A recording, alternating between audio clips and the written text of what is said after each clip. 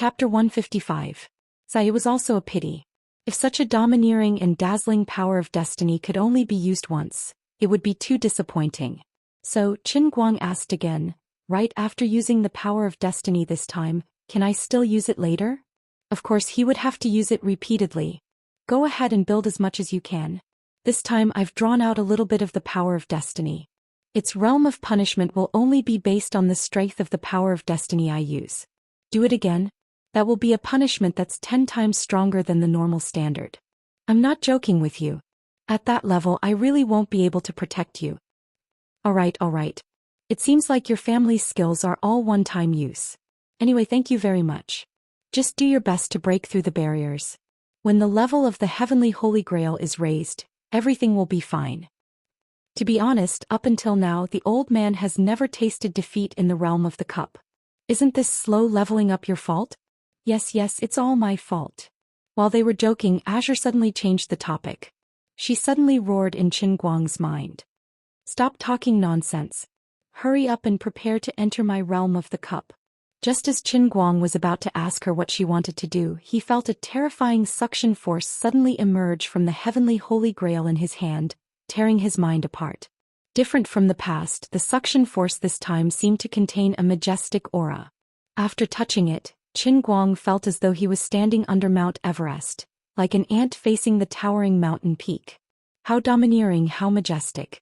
Even if it was just a fleeting touch, it still made Qin Guang feel as though he was worshipping the other party.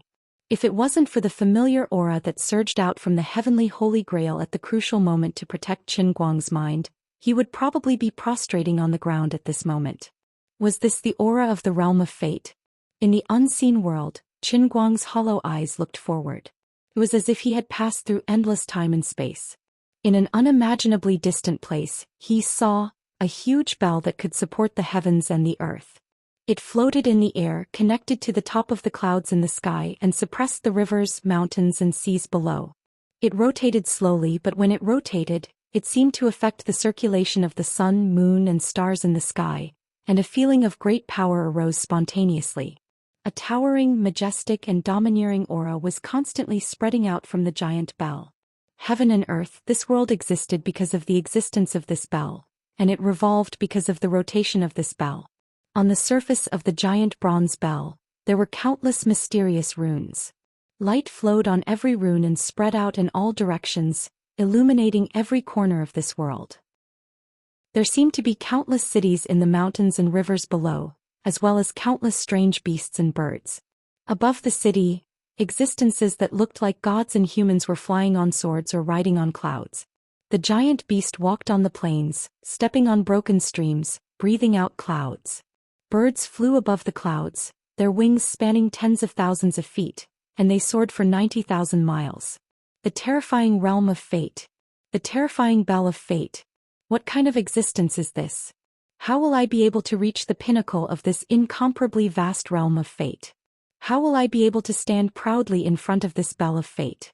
How will I be able to wield such a terrifying power in order to ring this bell of fate that surpasses the entire world? With these thoughts in mind, Qin Guang was pulled into the realm of fate. Liuli, what the hell is going on? Qin Guang kept shouting, but he didn't stop in the sea of clouds. Instead he was pulled by Liuli, who stretched out her snow-white arm and flew forward, breaking through the space and being pushed forward. You ask me what the hell is going on? I can't directly enter the realm of fate. You are the master of the Supreme Grail, and I have to use you as a catalyst to open the passage to the realm of fate. Brat, prepare yourself, I'll let you see the true power of this bell of fate. Let's see if you dare to think about it a second time. Before Liuli's voice faded, Qin Guang felt the back of his head being grabbed by someone and pushed forward. His face hit the end of the space-time tunnel. At the peak of the clouds in the realm of fate, an extremely small face suddenly appeared. It was Qin Guang's face. Qin Guang opened his eyes wide and stared fiercely at the bell of fate in front of him, which was extremely far away, but because it was so huge, it seemed to be within reach. At this moment, the originally calm realm of fate seemed to shake violently. Although there were no changes on the bell of fate, Qin Guang suddenly had a feeling that he had been discovered. The billions of creatures in the city below and the trillions of birds and beasts outside the city suddenly stopped what they were doing and turned their heads in the direction of Qinguang. Countless gazes converged together, and under the control of the Bell of Fate, they turned into a colossus that traversed the heavens and the earth. With an astonishing momentum, it swept through the realm of fate. The sky and earth changed color, and thousands of thunderbolts exploded, as if to vent the hostility of the Bell of Fate towards the intruder. Qinguang only had one feeling: I am being targeted by fate. At this moment he felt his back being pulled by someone and he flew backward. His face was out of the range of the realm of fate. The Bell of Fate. I am the Emperor of the Azure of the Endless Divine Realm. The Supreme Deity of Lioli Divine Kingdom. The descendant of the Master God of Chaos. Heed my command. Lend me a wisp of the power of fate. As he floated past Lioli, Qinguang saw Lioli, who was naked but surrounded by thousands of rays of light, fiercely stab her left hand into the hole that she had just made in her face. When she shouted the Divine Emperor's decree, she seemed to have temporarily revealed the true form of the Divine Emperor. Under the pressure of the Bell of Fate and the true form of the Divine Emperor, even with the protection of the aura of the Heavenly Holy Grail, Qinguang's vision darkened, and he completely lost consciousness. Before he lost consciousness, there was a vague consciousness in his mind. This is too terrifying. Really too terrifying. When he faintly woke up, he was still standing on the rooftop, holding the Heavenly Holy Grail wrapped in a double-layered cup cover, and looking up at the bright moon and stars in the sky. It seemed that only a short moment had passed. But in the bottom of his heart, there was an inexplicable sense of silence. Slowly lowering his head, looking at the unremarkable cup in his hand, Qinguang felt as if he had been in another world. It was just a glimpse, but it was as if he had seen a whole world that was completely beyond his imagination. But this was only one of the 3,000 worlds in the Heavenly Holy Grail. If it weren't for the fact that this cup was in my hand, and that there was a vague feeling of blood connection with me, I really wouldn't dare to believe that I was the owner of this cup. How inconceivable. The Emperor of the Azure disappeared again. As for what she did afterward, Qinguang wasn't clear. He only vaguely felt that the biluacun in the cup tasted a little sweeter than usual. Oh, I seem to have accidentally seen something I shouldn't have. Lioli's small buttocks are white, and the shape is also very beautiful. Her waist is also very slender. Alas, it's a pity that I couldn't turn around in time to see her face. It's a great regret in my life. Little brat, I advise you to forget what you saw just now if you don't want to die. You tired me out, and not only do you not know how to thank me, you actually took advantage of me in your heart. Damn it. Lioli's slightly tired voice suddenly came from the bottom of his heart. Qinguang's whole body quivered, and his heart that had just been hanging in suspense suddenly calmed down. It's fine as long as she's fine. Like I said, it's just a mere Bell of Fate. How could the Emperor of the Azure be so easily killed? She is the Divine Emperor. In short, thank you, Lioli, it's really good to have you. Chapter 156. When he returned to the ward, he told his parents about Professor Lu's judgment and told them to wait patiently for the dialysis. When Qinguang went out, his father came out as well. Xiaoguang, is the situation really that optimistic? Qinguoli knew his son best. When he saw the joy on Qinguang's face, there was no way he could contain himself. After a brief pondering, Qinguang felt that he couldn't reveal this matter to his father, so he replied, "It's neither good nor bad. But I have no idea what's going on, but I feel that something good is about to happen.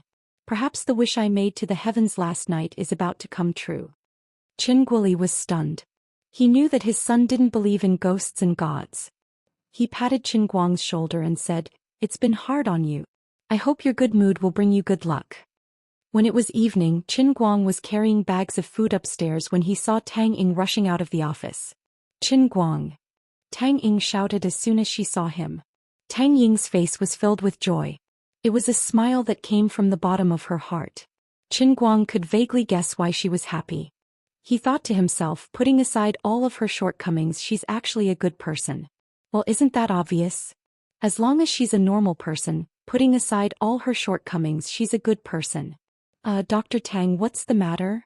Qinguang stood still and quietly waited for Tang Ying to tell him the result he was expecting. Even though he was mentally prepared, he still couldn't feel at ease until the dust settled. It wasn't that he didn't trust Lu Li, It was just that this matter was too important. I just received news that a brain tumor patient from Southeast Province is willing to donate her organ. I've already asked the matching center to send your mother's lymphocytes and other materials over overnight. We'll have the final result in a few days. Shi Tangying was quite conservative. When she first saw the information, she almost thought that her eyes were playing tricks on her. If she didn't know that Feng Rong didn't have any sisters, she would have thought that the person in front of her was Feng Rong's twin sister. She stared at the patient for a long time. Even though she had yet to perform the lymphocyte toxicity test, the human leukocyte antigen A system test, and the group reactive antibody test, with her knowledge she was 100% certain that there was a terminally ill patient who could save Feng Rong's life in the Southeast Province thousands of miles away. One life, one death. One happy, one sad. The life of the brain tumor patient was about to come to an end. It was indeed a pity, but the choice she had just made could bring hope to another person. Qin Guang laughed. He laughed ruthlessly. He had imagined the power of Lu Li's power of destiny and thought that he might have to wait for a few days, but he really didn't expect that the good news would come so quickly. In one day he went from great sorrow to great joy. His mind went up and down several times, drifting erratically. It wasn't until this moment that he finally calmed down. I don't know what to say, but I really thank you. Tang Ying smugly punched his chest heavily. Consider it as repaying what you owe me. I'm going to do my ward rounds. Remember, don't tell the patient for the time being. Just let your father know. The patient's mood needs to be stable. It's not good to be happy or sad. Oh, by the way, is there any problem with the kidney transplant? The hospital's expenses aren't big, but the donor's side there must be some. Money is not a problem. No problem at all. I understand this, it's what I should do. Qin Guang nodded heavily. Tang Ying suddenly reached out her sleeve and wiped his face. All right. I'm leaving. Kid, don't you realize that tears are coming out of your eyes? After Tang Ying walked away, Qin Guang touched his face. Really, it was a bit embarrassing. But everything was fine. With Professor Lu and a highly compatible kidney, Qin Guang clenched his fists. It's a done deal. As long as the surgery is successful, my mother can live a normal life. Qin Guoli found a chance to tell his father about it, and Qin Guoli was also in ecstasy. The problem of the kidney was solved. But another matter suddenly appeared in front of the father and son. Although donating a kidney was a good deed, this kind of great kindness couldn't be simply thanked. Including the other treatment and recovery costs, it would be impossible to support it without at least 500,000 yuan. Previously, Qin Guang had already transferred 220,000 yuan to Qin Guoli. 20,000 yuan was used to pay for the special medicine, so there was still 200,000 yuan left in his bank account. This bank account wasn't under Qin Guoli's name. Instead, it was under Qin Guang's uncle's name. The Qin family was still in the bankruptcy liquidation period and they were still in debt. Qin Guoli's bank account was like a bottomless pit. No matter how much money went in, it would be frozen until the debt was paid off. Just do as I said before. Sell the house under your uncle's name. Now the housing prices in our hometown have risen quite a bit. It can probably be sold for more than 4,000 yuan per square meter. That's 300,000 yuan in total. If it's still not enough, I'll scrape together some money and borrow some more. Leaning on the edge of the rooftop, Qin Guoli fiercely took a drag of his cigarette and said. Qin Guang shook his head and said, that house can't be sold. Don't worry about money, I have a plan. What plan do you have? You're just a little kid. I haven't even asked you how you got the money from last time. What did you do? Why do I feel like 180,000 yuan fell from the sky? I almost fainted at that time. Qin Guoli finally remembered. Qin Guang thought about it. Since he couldn't hide it any longer, he told him the truth, starting from when he saved people in the lake, to his cameo appearance in Big Beard Deng's movie, and his bet with Zhou Xian. Apart from the Holy Grail and Azure Glaze, he recounted everything else in great detail. He felt that this long series of stories was reasonable and convincing. Unexpectedly, Qin Guoli widened his eyes and looked him up and down for a long time. If I remember correctly, you've been a non-swimmer since you were young, right? This joke of yours isn't funny at all. In his heart, Qin Guang thought, humph, you still don't know that your son has already turned into a beggar. With a mysterious smile on his face, Qin Guang picked up the cup and drank a mouthful of water. Don't tell me you're being kept by a rich woman? Qin Guang's saliva sprayed all over Qin Guoli's body. He couldn't believe that a father would say something like that to his son. When he thought about it again and realized that this was Qin Guang's father, he immediately understood. "You asked me, so I told you. Even if I told you, you wouldn't believe me. What can I do?" Qin Guang said through gritted teeth as he wiped his mouth. Qin Guoli didn't continue to harp on this matter. "Let's just say that what you said is true. God knows how lucky you are.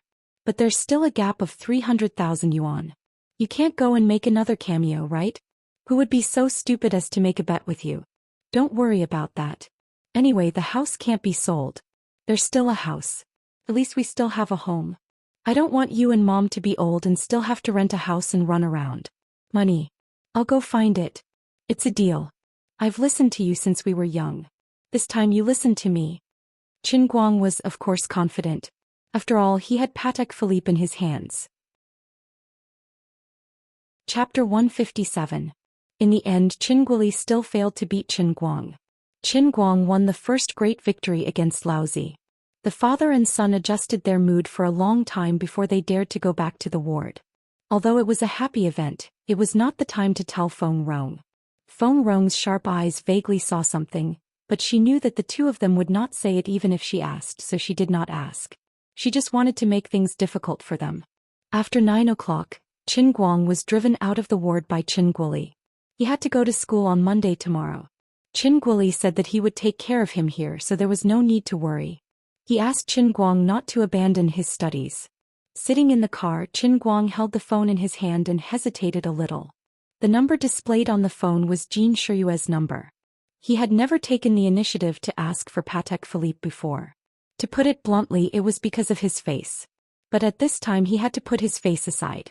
He knew that the watch was with Jiang Yage, but he was really afraid of the woman who said, "I like you, and my light," to flirt with him. There was a beeping sound from the phone. Qin Guang did not know what the person on the other side of the phone was doing. He could not help but feel uneasy. It was already night. Would they sleep? "Hello? Hello, is this Qin Guang?" The phone was suddenly connected and Jean Shiyue's gentle voice came from it. It sounded soft and seemed to be a little sleepy. Suddenly, there was another scream from the side. "Is it Brother Qin Guang's phone call? Let me do it." There was another click sound from the phone, and the person on the phone was replaced by Jiang Yage. Qin Guang had a headache. If it was Jean Shiyue, he could try to ask for Patek Philippe in a calmer tone, but he really did not know how to open his mouth when it came to this woman, Jiang Yage. Unexpectedly, Jiang Yage took the initiative to say, "Brother Qin Guang, do you want to ask about that watch? How could you be so direct? Where do you expect the old man to hide his modesty? Alright, yes. I wanted to ask when you guys are free. I'll come over to look for you." He couldn't be courteous with them anymore. If he continued to be courteous, something bad would really happen. But Sister Shiyue and I are overseas. We finished shooting the scenes in the Wujing Film and Television City a long time ago. We just went abroad to record songs 2 days ago. Qin Guang's heart sank. When are you coming back? Jiang Yage looked at the time and felt that it was a little difficult to calculate in her head. Jean Shiyue, who was next to her, took the phone back. "Yage, let me do it. Look at how hard it is for you to calculate. Brother Qin Guang, we will be back in no more than a month. After all, it is a new album and it will take a little longer. But after we return to China, we will not arrange other work for the time being. We will come to Wujing to find you first, okay?"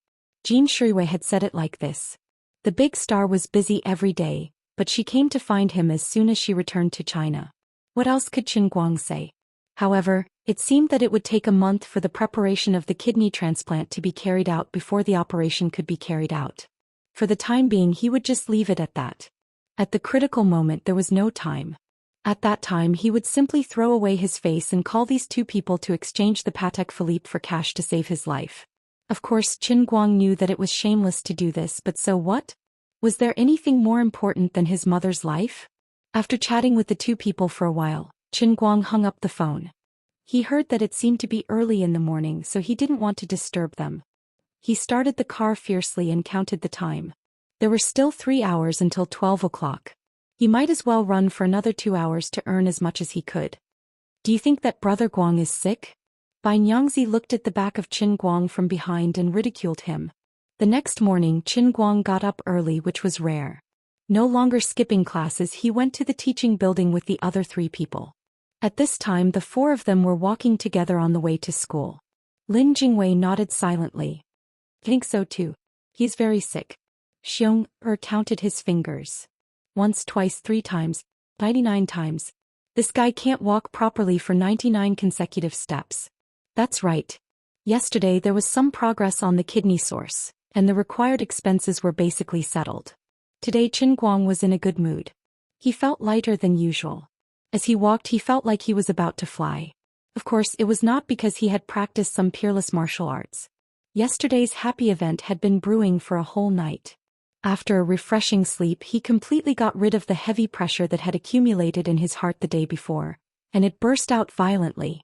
People were in high spirits when they encountered happy events, so they even skipped when they walked. Qin Guang couldn't help but sing, Xiao Ma Xiao Erlang. Carrying that backpack to school. F***CK. Hurry up and hide. Run away quickly. Lin Jingwei and the other 2 were shocked. They quickly pulled each other and retreated, trying to stay as far away from Qin Guang as possible. It was too embarrassing to let others know that the 4 of them were in a group. Gokyo University had a very long bridge between the dormitory area and the teaching building. It spanned across the Yuanming Lake, connecting the students' heaven and hell. People in Jianghu called it the Long Bridge and the students called it the Bridge of Helplessness. It was a natural moat between the students' first class and sleeping in. Those who were interested in learning something during their 4 years in university hated the Long Bridge to the core because it was too King long. At this time on the Long Bridge, everyone was looking at the guy who sang the Little Erlang. How much stimulation did he have to go through to sing in public with that broken voice of his? Qin Guang was in a good mood, so he didn't care what others thought of him. He jumped up high again and landed hard on the ground. I'm so proud, so proud. Ouch. He finally received his retribution. He stepped on a huge piece of banana peel. He didn't know which wicked person threw it at him. The reason why it was called huge was because the banana peel was too big. Whoever threw it was destined to be lonely and have no friends for the rest of his life. Then Qin Guang slipped after being hit by the banana peel and his whole body flew to the side. Like a non-professional high jumper, he flew face down over the railing of the Long Bridge and plunged into the Yuanming Lake below. Finally he hit the water with a splash. From the beginning to the end, the plot had developed too quickly, so he didn't even have time to scream. Oh my god. He's going down. Bai Nyangzi was the first to scream and jump to the side. Xianxia, the silly guy, laughed so hard that he couldn't stand up straight. Extreme joy turns to sorrow. This was his comeuppance. Lin Jingwei looked at the railing of the Long Bridge and remembered what Qin Guang had said to him many years ago. The railing of this long bridge is only half a person's height.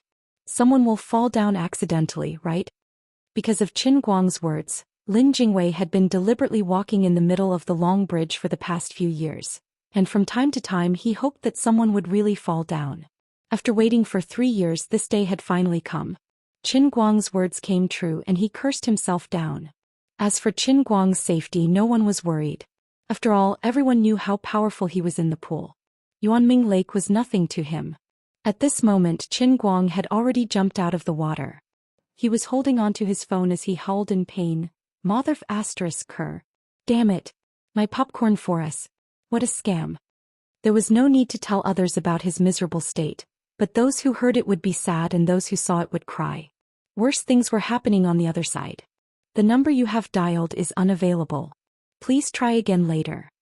Zhong Bai hung up the phone and looked at the group of expectant people behind him. He wondered, strange, why can't I get through to Racer God? Chapter 158. He excitedly carried his bag and sang to class, but he slipped back to the dormitory wet. The popcorn 4S was already a thing of the past, and the brand new textbook was finally soaked with old tear stains. Qin Guang also gave in to himself. When he thought of the moment he fell into the water, he felt a faint sadness in his heart. Popcorn 4S was already a thing of the past. Granny is an errand girl. This time she is famous again. Naturally, he skipped the morning class with a good reason. First, he turned on the computer and went to the Jingxi website to buy a new phone. Yo, Popcorn 6P? As a loyal fan of popcorn, of course, there were only 3 words. Buy, buy, buy. After buying the phone, Qin Guang used about 20 minutes to muster up his courage and open the school forum. As expected, his feet was already flooding the screen. Famous Joker sings Little Erlang Falls Bridge crying popcorn. A human tragedy caused by a banana peel. Strongly appeal to everyone not to litter everywhere. I know the one who fell into the water. His name is Qin Guang. Faster thief. I can tolerate anything else, but why did you directly expose my real name in this post? What kind of hatred? He clicked on it and saw that the ID of the poster was Swimming Master. Faster thief. Anyone with a normal brain would know who this guy was. Who else could it be other than Dong Tao from the architecture department next door? Not only did this scumbag expose his real name, but he also clearly stated his age, school, and department. That wasn't the end of it. He even grabbed onto Qin Guang's beloved popcorn phone and mocked it for being a loser's phone, saying that it was a model phone for losers and that it had no class. Wasn't it just a broken phone? Was there a need to care so much? Many people replied that the swimming master's mouth was too poisonous, that the popcorn phone was friendly and easy to use, and that the love maniacs felt superior and so on. But there were still some people who thought the same as Dong Tao and looked down on his phone. That was not all. It seemed that someone had switched to a smoof account and started to dig up Qin Guang's dark history without saying a word.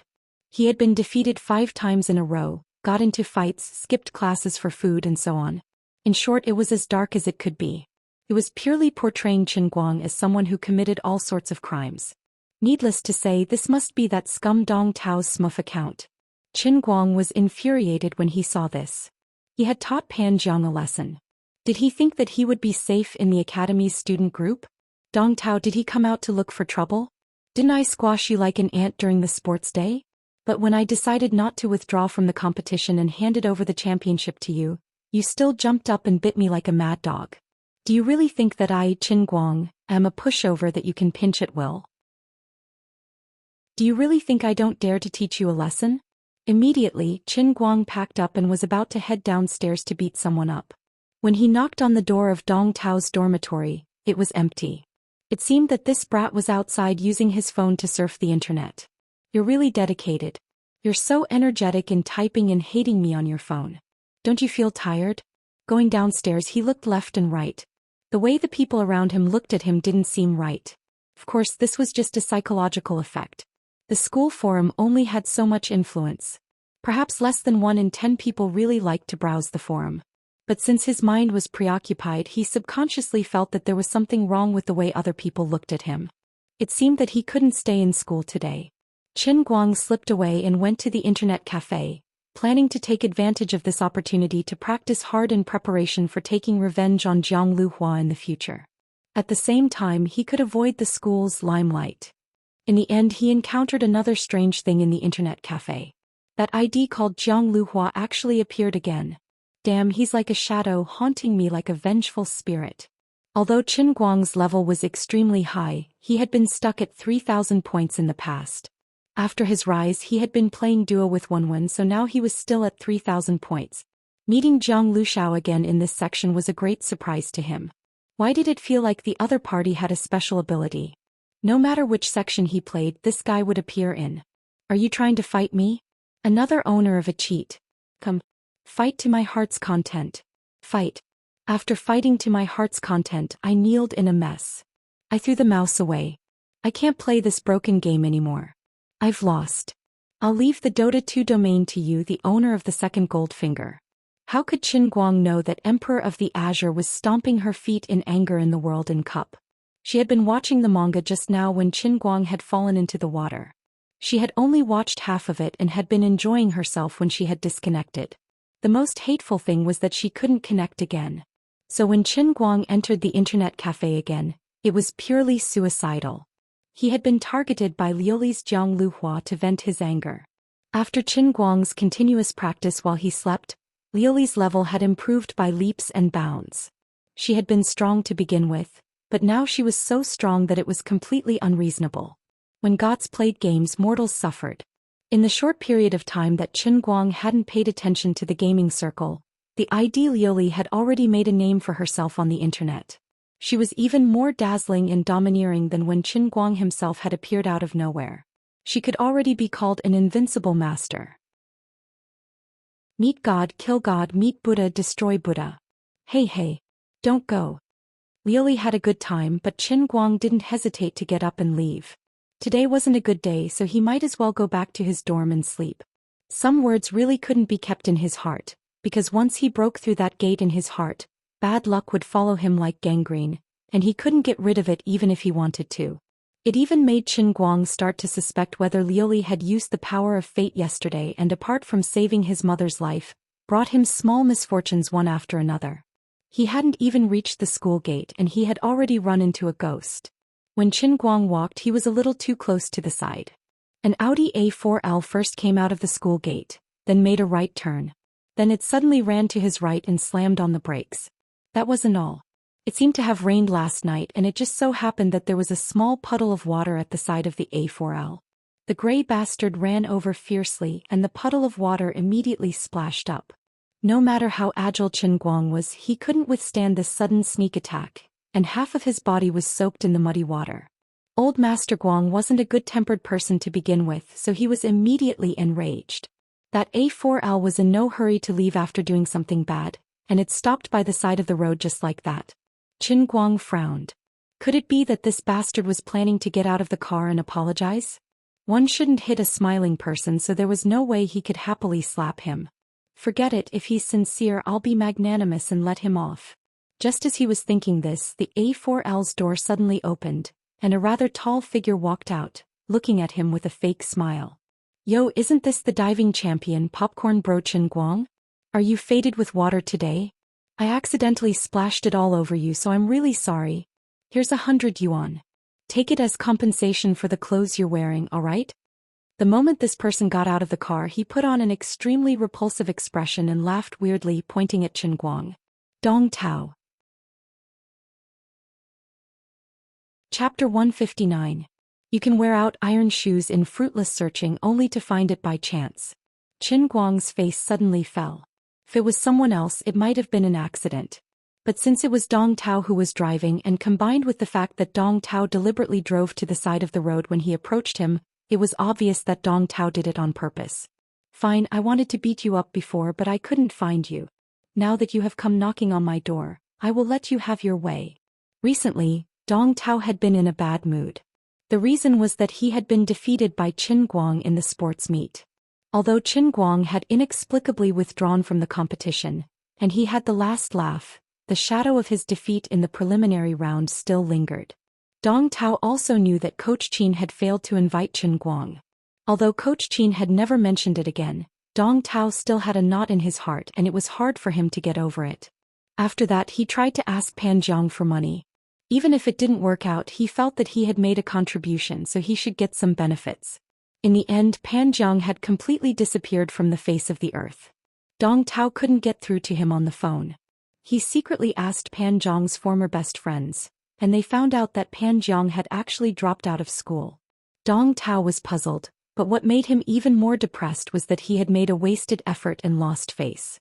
After all that effort, he only got a meal and he didn't get any money. His heart was even more uneasy. This bad mood lasted until this morning. Coincidentally, he browsed the school forum on his phone, and saw that a post related to Qin Guang had become a hot topic. Without any hesitation, Dong Tao immediately went into action and used his real self sock puppet. He was so happy that he had taken his revenge. As for Qin Guang's revenge, Dong Tao didn't care.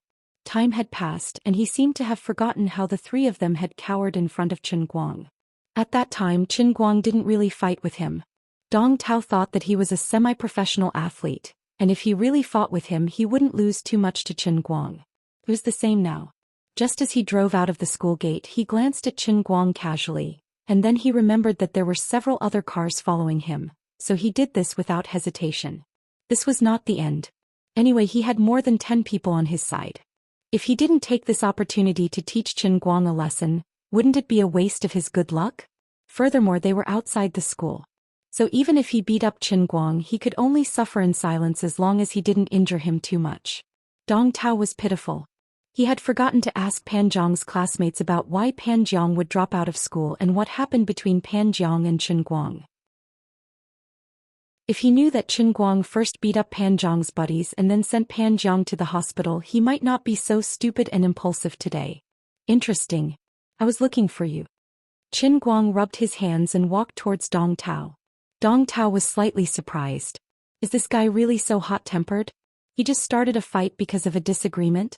Doesn't he recognize what car I'm driving? An Audi A4 that costs more than 200,000. What the hell is in your head? This is the car that a university student drives. Is it someone you can mess with? What the hell are you doing? Dong Tao took 2 steps back and signaled the people in the car with his eyes. All of you get out. Get out. This guy is looking for a beating. Qin Guang was only 2 to 3 meters away from Dong Tao, but he was not in a hurry to make a move. You think you have more people? Fine. Come on. I will wait for you all to come down. I will beat you all together. A few days ago he observed and learned from Wenwen's domineering moves. Qin Guang did not want to admit that his hands were itching. He did not know how Wenwen trained, but as long as he practiced he would have a chance to get close to the Tyrannosaurus King. At this time 3 more cars drove out from the school gate. They went straight to where Qin Guang and Dong Tao were. They stopped and another 8 or 9 people got out. Counting with his eyes, Qin Guang saw 4 vehicles and 13 people. What an auspicious number. 2 of them looked familiar. They seemed to be the people who lost to him in the school's swimming pool. No wonder you are so brave. Seems like you have a lot of helpers. Qin Guang was not anxious at all. That day at the same place Wu Tong had died unexpectedly. He had single-handedly stopped Brother Scar and Glasses Wu's group. Although the number of people was similar to today, Brother Scar and the others were just small characters in Wenxing Town, but their skills were indeed strong. Dong Tao's group looked young and strong, but if they were to really fight, they would be nothing more than a silver spear tip, good to look at but useless to the eyes. Now that his own people were here, the fear in Dong Tao's heart had already disappeared. He coldly looked at Qin Guang and continued, having more people is also a skill. I know that you have a few brothers that hang out with you, and if you're not convinced you can call them over and have a good fight. If you are afraid, then leave with your tail between your legs. In the future show me some respect. Qin Guang grinned. No problem. But you have to be good. I think I alone am good enough. As for respect, I will respect you right now. Before he finished his sentence he suddenly moved. He took 2 to 3 steps in front of Dong Tao and pretended to kick him. Dong Tao turned his body to dodge, but Qin Guang did not kick him. Instead he stomped on the ground, leaned forward and swung his left hand horizontally towards Dong Tao's face. Dong Tao's head followed the direction of Qin Guang's left hand and swung to the side. His head hit the door frame of his Audi A4L. Everything happened too quickly, and no one expected that Qin Guang would actually dare to make a move. But you're alone. We have more than 10 people here. Dong Tao was stunned. The others were scared out of their wits.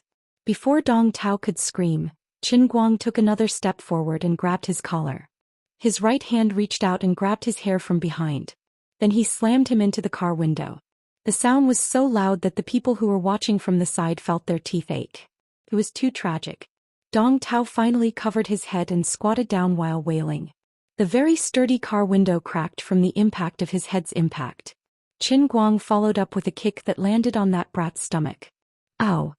The wail turned into a sharp wail. Who dares to come up? All of this took a long time to describe but happened in a flash.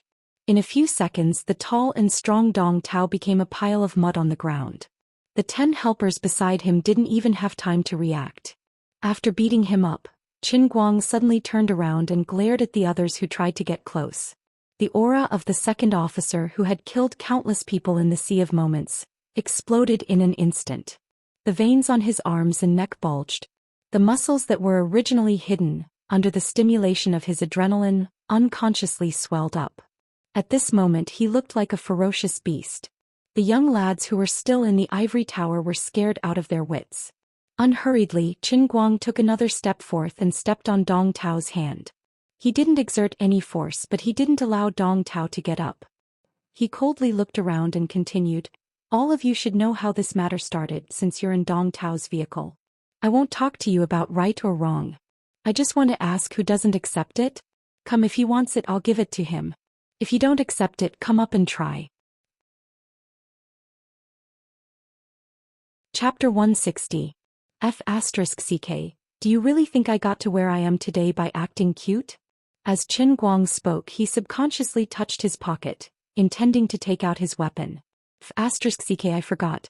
My poor swing rod has already sunk into the fish pond. But it didn't matter. Anyway, these grandsons were all subdued. It seemed like there was no need to take out his weapon. Help me. Help me. Beat him up.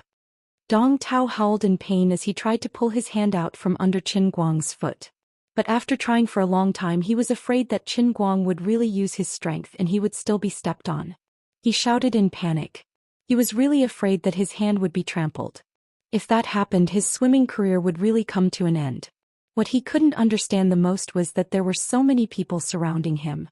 Why was he beaten to the ground by Qin Guang the moment he saw him and the others didn't move at all? Dong Tao shouted for a long time, but still no one moved. The air seemed to have frozen. Dong Tao's companions were in a rather awkward situation. They didn't know whether to move or not. There were more and more people watching from the side, which made these people even more ashamed and angry. We have more than 10 people here and we're scared to the point that we can't move. What is this? Finally, gradually, some people couldn't hold back anymore, and they slowly approached Qin Guang. Qin Guang suddenly laughed. If the matter really passed like this, it would really be a little disappointing. If he didn't fight to his heart's content, he probably wouldn't let Dong Tao completely give up. If he defeated more than 10 people in front of him, Dong Tao would probably not be able to stand still when he saw him in the future. Moreover, he had already made such a big scene. If he didn't fight to his heart's content, what would be the point? Last time, Zhong Bai and his group of young fellows were very disappointing. They had planned to beat him up, but suddenly he turned into a potential financial backer of their family. They treasured him so much that they were afraid of losing him in their hands and melting in their mouths. Dong Tao and his group didn't have that kind of treatment. It was a good time to have fun. Of course, I wasn't so domineering in the past. Who asked me to be different now? I'm the second officer of the An Royal. Just as the first person was about to approach Qin Guang and he was about to take the initiative to attack, a sudden change occurred. From the corner of the street came the rumbling sound of an engine. The voice came from afar and approached abruptly. It was like a tidal wave, one wave after another. The rolling sound pressure was deafening and many people covered their ears in discomfort. A supercar. And it wasn't just one. From the sound of it, there were at least 10 of them. The roar of the supercar's engine was too deafening. Not to mention the bored onlookers surrounding Qin Guang. Even Qin Guang himself and Dong Tao's companions couldn't help but look towards the end of the street. Sure enough, as the first yellow Ferrari FF turned the corner, a series of supercars followed closely behind it. The dull and ear-piercing roar of the engine rose and fell. Although these supercars didn't speed up, the people in the cars seemed to be enjoying the dull and thunderous roar. 1, 2, 3, more and more. The long line of supercars became longer and longer. Finally, when the last Mercedes-Benz SLS turned the corner, there was a Geely Vajra in an awkward situation behind it. The sharp-eyed people had already counted how many supercars there were. There were a total of 22 supercars. Thick, incomplete smoke gushed out from the rear of these cars and rose into the sky. Coupled with the thunderous roar of the engine, it gave people a strong sense of oppression even before they got close. What a shameless show-off. Ganging up to show off, it's an unfair advantage. Suddenly, such a voice came from the crowd. The person who spoke was Qin Guang. Dong Tao's companions were the closest to him. They turned their heads and looked at him in disdain. These people thought to themselves, "You country bumpkin, what do you know?" The value of the 22 supercars added up to hundreds of millions. Especially the Porsche 918 Spider inside. The price of the single car was as high as 15 million. As for the expenses of maintaining this car, it was simply asking for one's life. Poor Dong Tao, he was actually forgotten. One must know that his hand was still being stepped on by Qin Guang. Oh, Qin Guang himself had also forgotten about this. At this moment, Qin Guang's mind was thinking, when I become rich one day, I'll sell one too. That's right, the Porsche in the middle. Although I don't know much about this kind of high-end stuff, I can tell that the car is worth a lot of money. It's not that I'm not bragging, but it's way cooler than the Nissan GTR in front and behind it. Alright, actually I'm just guessing. All the supercars in my eyes are actually the same. 3 words, I can't afford it. At this moment, the Ferrari FF that was leading the pack gradually approached them before it abruptly swung its head and crossed the road, stopping near Qin Guang's group. At this moment Qin Guang's group had the most people gathered around him and it was the most conspicuous. The people in the car were most likely here to ask about something. The car window rolled down and a head popped out and asked loudly, "Bro, is this Gokyo University? Do you know Qin Guang from the University of Construction and San Juan Science? We can't get through to his phone." Qin Guang was stunned. Who else could it be other than Zhou Bai? I must have mastered some special abilities recently. Whoever I think of, that person will immediately appear in front of me. I heard that there's an investment guru called Buffett on the other side of the sea. When can I have lunch with him? Well, I've already thought of that. I'll be able to see Buffett tonight at the latest. Before Qin Guang could speak, Zhou Bai had already spotted Qin Guang from the crowd. He was overjoyed. He quickly stopped the car, opened the door and got out of the car. Then he pulled out the walkie-talkie from the car and shouted, "Everyone pull over. I found Brother Racer. We're so lucky." After that, Zhou Bai threw the walkie-talkie into the car, slammed the door and eagerly walked to Qin Guang. "You've crossed the double solid line and made a U-turn. You'll be fined 300 yuan and deducted 1 point." Seeing Zhou Bai getting closer and closer, Qin Guang suddenly said this. Zhou Bai stopped. After being scolded by Qin Guang, he scratched his head in embarrassment and turned his head away, not daring to look at Qin Guang. Sorry. I'm used to it. Change. I'll change." Dong Tao, who was on the ground, and his companions who were standing were all dumbfounded. What's going on? Brother Racer? That country bumpkin Qin Guang, was the racing god that person was talking about? This group of supercars formed a group to act cool and come to find him? That person who just got out of the car seemed to be very respectful to Qin Guang? Things seemed to be getting a little out of control. The onlookers were also at a loss. Previously they thought that Qin Guang was in big trouble for taking the initiative to make a move against more than 10 people. How did he get a helper in the blink of an eye? Moreover, the helper's momentum was so cool. 22 cars, there were at least 22 people. Moreover, those who could afford to drive these cars naturally had a rich family background. It seemed like the offensive and defensive situation had suddenly reversed. Who was that Qin Guang? Just now that person called him Brother Racer. What did that mean? Countless question marks rose in everyone's heart. The only one who was really clear was Qin Guang. Chapter 161. When Dong Tao's helpers saw this scene, they didn't dare to make a move on Qin Guang. They quietly retreated, intending to disassociate themselves from this matter. Zhou Bai had already noticed that Qin Guang's situation was a little strange, but he didn't point it out before he got close. He stood next to Qin Guang and waited for the people in the other 21 cars behind him to rush out of their cars and approach one after another. Only then did he approach Qin Guang to talk. Qin Guang's eyes were very sharp. He had been secretly paying attention to the super valuable Porsche 918. The one who got out of the driver's seat was actually Lu Fei, the female pirate. The rich woman that I've been dreaming of. If I can get this girl, selling a wheel will be enough for me to eat for half a year. Brother Racing God, what are you talking about? I didn't hear it clearly. Zhou Bai's voice came from the side. Qin Guang rolled his eyes and accidentally said what he was thinking in his heart. Fortunately, it was noisy nearby and I didn't hear it clearly. Otherwise, my image as the racing god of this generation would be ruined before I even made a move. It's nothing. We'll talk about your matters later. I'll take care of this small matter first. After that, Qin Guang turned his head to look at Dong Tao, but he smiled without saying a word. He was secretly happy. Although Zhou Bai's entrance shocked the old man, the effect was really good. At least Dong Tao, this idiot, was completely scared. He must have begun to doubt his own life, right?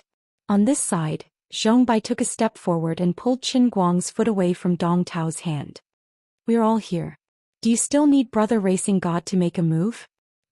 What are you doing? Dong Tao had already begun to slip into his car. The situation was not good. It was better to leave first. Zhou Bai grabbed the back of Dong Tao's shirt and threw him back. Dong Tao immediately fell on his back. Normally, Dong Tao was taller and stronger than Zhou Bai, so he wouldn't be in such a sorry state. However, he had just been beaten up by Qin Guang, and now he was stunned by this group of idiotic rich second generations. If one's spirit was gone, it would be useless to have a strong body. Right, Zhou Bai, that's it. Qin Guang was a little worried that this group of people would do something that crossed the line. After all, he only planned to beat Dong Tao up once. God knows what kind of crazy devil was hidden in the bones of these rich second generations who were as docile as lambs in front of him. However, Zhong Bai did not agree. Brother Racing God, you beat this person up so badly. Your relationship must be bad. We don't have any greeting gifts for you, so it's only natural that we help you teach someone a lesson. Is this lousy Audi his car? Zhong Bai pointed at Dong Tao's car and asked. Qin Guang ridiculed in his heart. You're talking about other people's lousy Audi as if your heavenly states R8 isn't an Audi. It's his. Why? Zhong Bai grinned and raised his head at the few brothers who were walking over from behind. Smash this Audi A4. What the heck? Qin Guang was stunned. What do you mean by being rich and willful?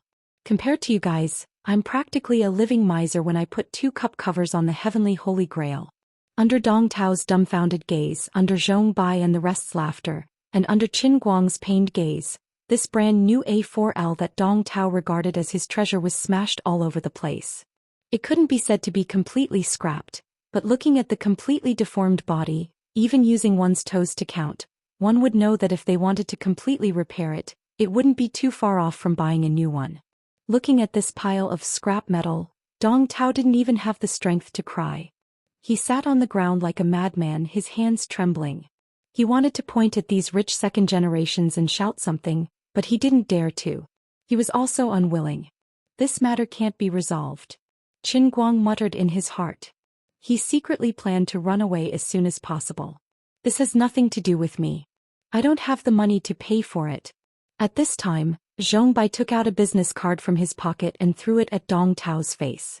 We don't have any cash on us, but we're very busy today and don't have time to transfer money to you.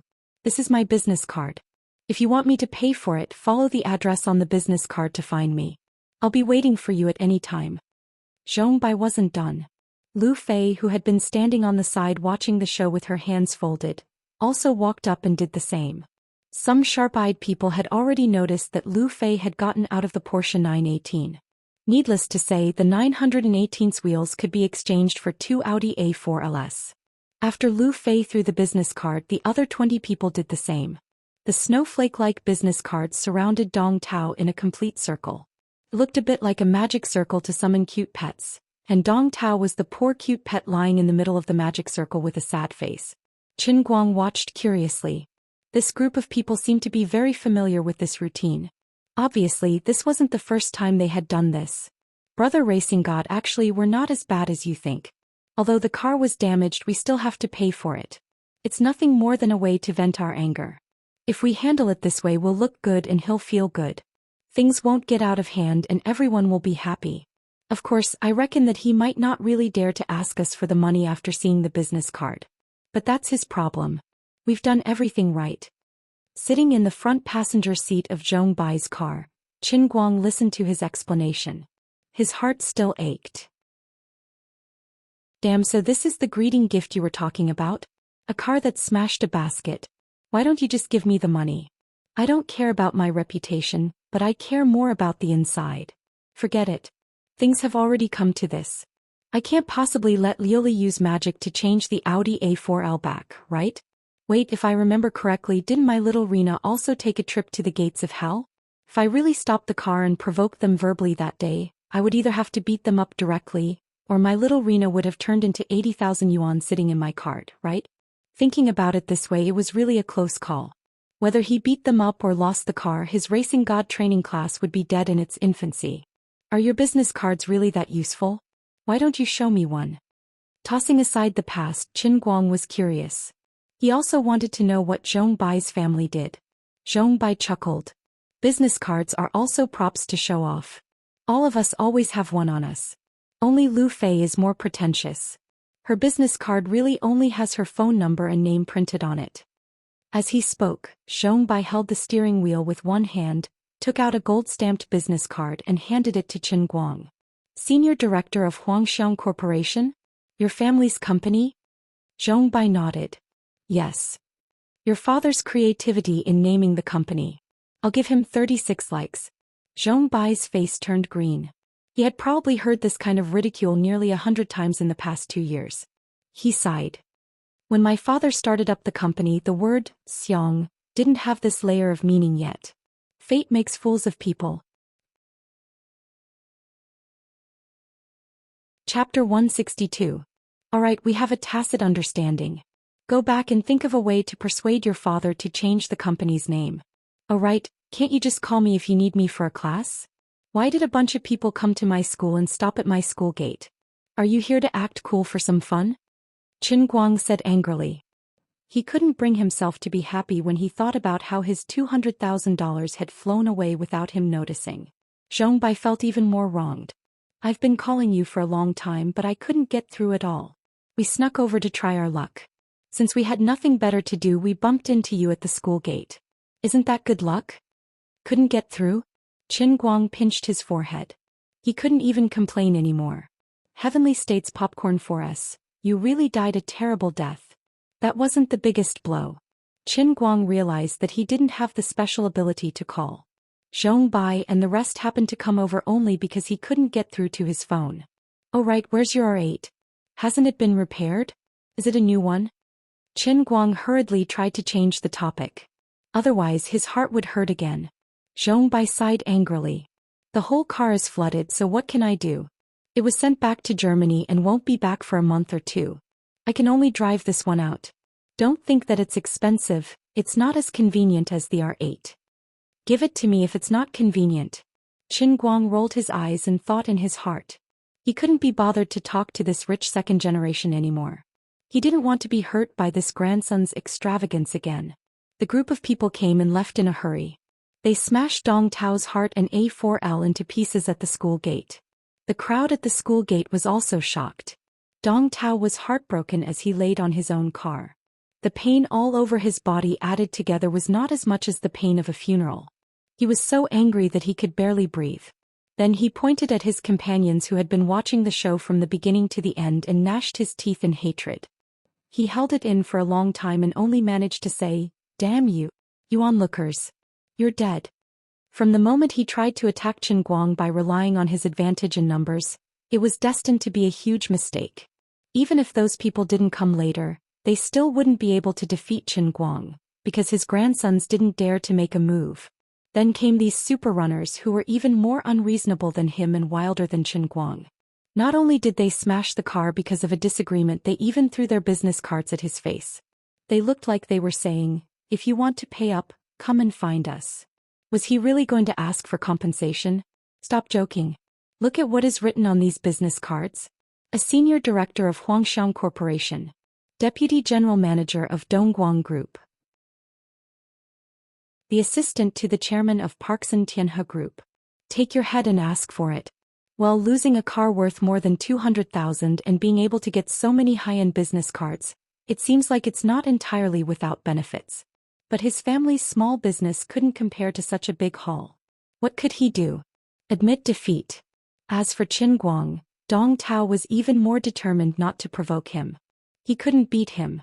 Fight with his background? Don't make trouble. All his family's wealth was not as good as the Porsche 918 in the middle of the group of cars. What would Dong Tao become, whether the onlookers would take photos and upload them to the internet? Whether he would really change from the diving brother to the car-smashing brother, Qin Guang didn't care at all. Anyway, no matter how miserable he would be the former underwear Superman. Today he didn't go to class or the hospital. Since he had picked them up, Qin Guang was planning to take care of the racing god training class. Although there was Patek Philippe there, it was not bad to earn more than 100,000. God knew how much the whole kidney transplant surgery would cost. Now 200,000 in cash plus the 400,000 that Patek Philippe might get. The total was 600,000, which might not be enough. A group of cars drove to the Fengquan Mountain racetrack. Zhou Bai was quite honest on the way. He didn't exceed the speed limit or run the lights, which was completely different from what Qin Guang had imagined. Of course, Qin Guang speculated that it might be because he had taught him a lesson before. It was only 10 o'clock in the morning and there was no one else here at all. After getting out of the car and counting people, Qin Guang found that most of the people who were racing here that day were not seen today. Most of them were unfamiliar faces and only Lu Fei and 3 or 4 other people could be remembered. Zhou Bai, what's going on? I don't know most of them. Qin Guang wondered. Zhou Bai scratched his head in embarrassment and said, "Brother Racing God." Okay, don't call me Brother Racing God. It's so distant.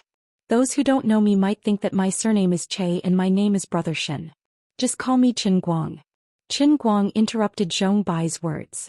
He was unconsciously trying to get close to the rich second generation. He was so confident because he had driving skills.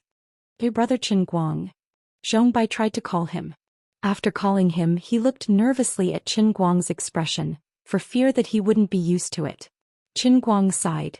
Hey, damn, can you not stare at me like that? I thought you had a gourd in your hand. If you called my name I would be sucked in. After Zhong Bai explained it to Qin Guang understood how attractive his skills were. Zhong Bai was tight-lipped. In accordance with Qin Guang's request to pull a few more students, he secretly pulled in his buddies who had a good relationship with him to make up the number. As a result, there was a loose tongue in that group of people who leaked the matter. Now all the second generations of Wujing City who liked to race cars flocked to this place. Zhong Bai became the spokesperson of Qin Guang's racing god training class. Everyone wanted to come and fought over it. However, Zhong Bai couldn't figure out Qin Guang's temper. He said it was a training class. If he really pulled in 100 people and only charged 100,000 a day, he was really afraid that Qin Guang would just fling his sleeves and leave. In desperation, Zhong Bai had to pick and choose. Those who really couldn't erase their relationship and couldn't put down their pride were able to enter the ranks of the first training class. Originally, the other few people who met for the first time also barely managed to keep their spots. However, the others couldn't do anything to Zhong Bai, so they went to those people separately. The form was stronger than the people. Everyone fought with each other in private and did all kinds of shady business. After changing back and forth, there were now 22 people. Of course, just by looking at the batch of cars that came today, it was clear that the 22 people who had been changed were not the same as those who surrounded Zhong Bai that day. Among them, the cheapest was the top Nissan GTR. Who knows how much money this guy spent on it? Of course, the female pirate Lu Fei was the most domineering. She quietly drove her Porsche 918 Spider. Qin Guang said that the scale of her family's chemical plant was a bit big. After asking Zhong Bai about the matter, Qin Guang was thinking about how to get close to Lu Fei, the rich woman. As a result, she took the initiative to come over and smiled. Qin Guang, brother racing god, where did you buy this t-shirt? The half-dragon pattern is very domineering. I also want to buy one. Lowering his head, Qin Guang sighed. He had just splashed half his body with mud, and when he saw Zhong Bai's party, he was so engrossed in the thought of the $100,000 training fee that he forgot to change his clothes. Right now he was so dry that there were even marks on his clothes. Hey, you don't say. It was indeed quite domineering half-dragon pattern. Go away, you even dare to tease your mentor. Be careful, I'll let you taste the Haoshiku hockey that I just practiced. Chapter 163. Since he had decided to earn this money, Qin Guang was not going to fool around. He planned to teach them something real. Although they were rich, after spending so much time with them, Qin Guang could tell that they were not stupid. They were smart. Zhong Bai had said that apart from the 22 people today, there were at least 180 people waiting outside. No, he had to limit the number of people. Today was the first time, but the next time, there would be no more than 20 people. That way, he would be able to fool at least 5 more groups of people and earn at least another 500,000. So the problem was, if he wanted to keep this business going, how should he teach them today? Sitting in the driver's seat of Zhong Bai's Ferrari FF, Qin Guang felt a little sad when he turned his head to look at Zhong Bai, who was so excited that he did not know what to do. He found a few problems, and the most pressing one was how to start the car in front of him. Looking at the strange buttons on the FF steering wheel, even if he was the king of English and knew every word, it was useless. Knowing the names of the buttons did not mean that he knew how to start the car. Brother Qin Guang, what's wrong? Zhong Bai excitedly waited for a long time, but there was no movement, so he couldn't help but ask. Letting out a sigh, Qin Guang couldn't act anymore. Although his driving skills are heaven-defying, he's only driving low-end cars like the Altarina. He hasn't even touched a high-end Ferrari before. Zhong Bai, can you tell me how to start the car first? Qin Guang finally admitted. Zhong Bai was stunned at first, but then he came back to his senses and tried not to laugh out loud. He had never doubted Qin Guang's driving skills, but he did not expect this godlike person to have such an awkward moment. It would be difficult for someone who did not know how to drive a car like this, but after Zhong Bai briefly explained a few key points, Qin Guang immediately got the hang of it. But a new problem arose. What should he teach him? If his driving skills were really discovered little by little, perhaps he could really explain the main points to Zhou Bai in simple terms, but in fact he was the victim of the stuffing method of teaching in a cup. From the beginning to the end, I drove the modified Alto and sped through the 9 stages of the God of Racing Cup, finally becoming the God of Racing.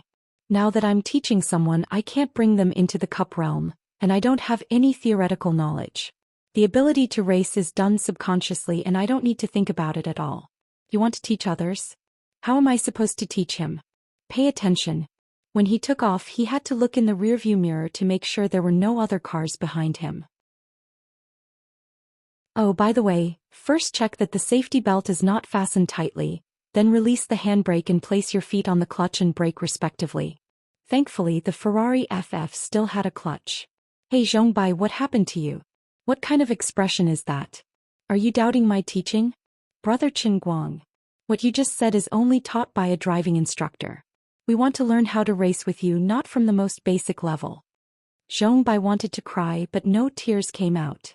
He even began to wonder if the God of Racing was unhappy that he had invited too many people.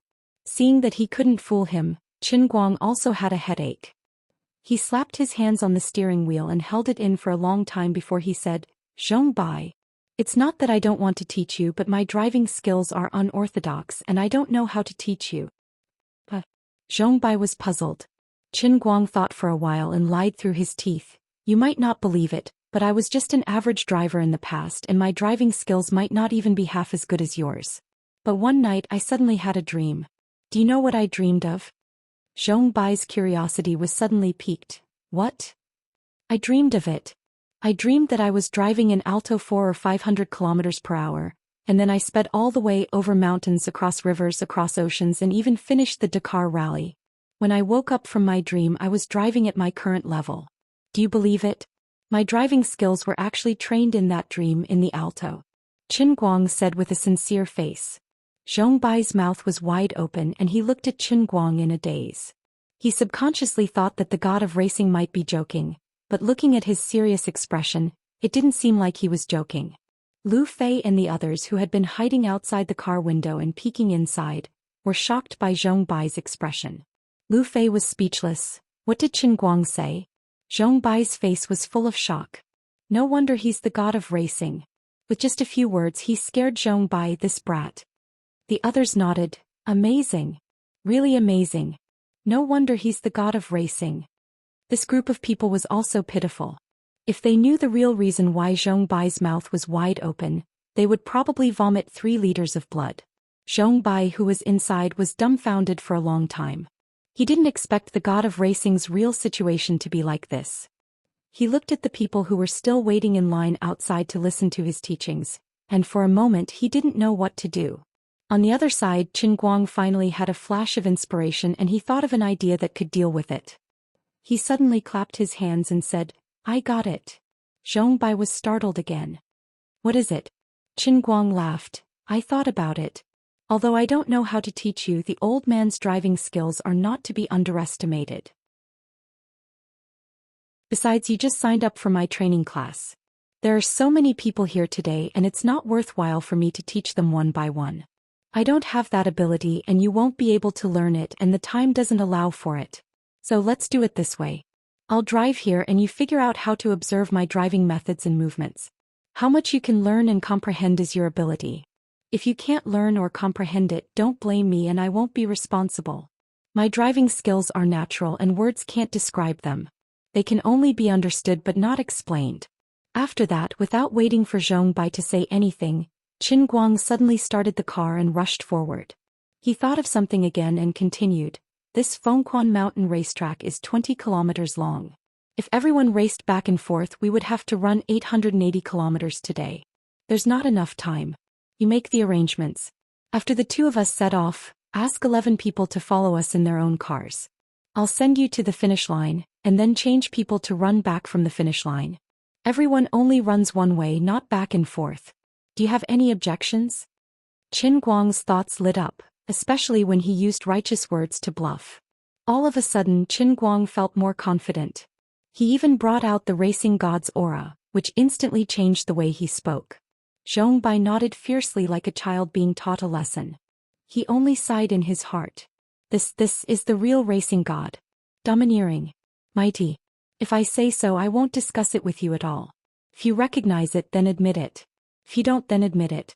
He will definitely leave and won't waste his breath on ordinary people like you.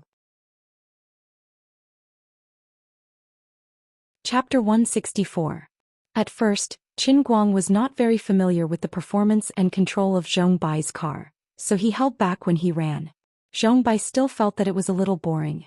But as time went by, when Qin Guang gradually figured out the performance of the Ferrari FF, the situation gradually changed. After 5 kilometers, Qin Guang's speed became faster and faster, and he didn't like to slow down when he was passing corners. Zhou Bai saw it clearly.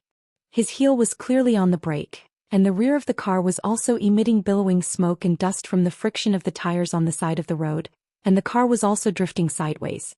But Zhou Bai couldn't understand why he had to slow down when they were both drifting, but the racing god didn't slow down at all. Yes, his right foot is still on the accelerator, but when I drift, my right foot is also on the accelerator.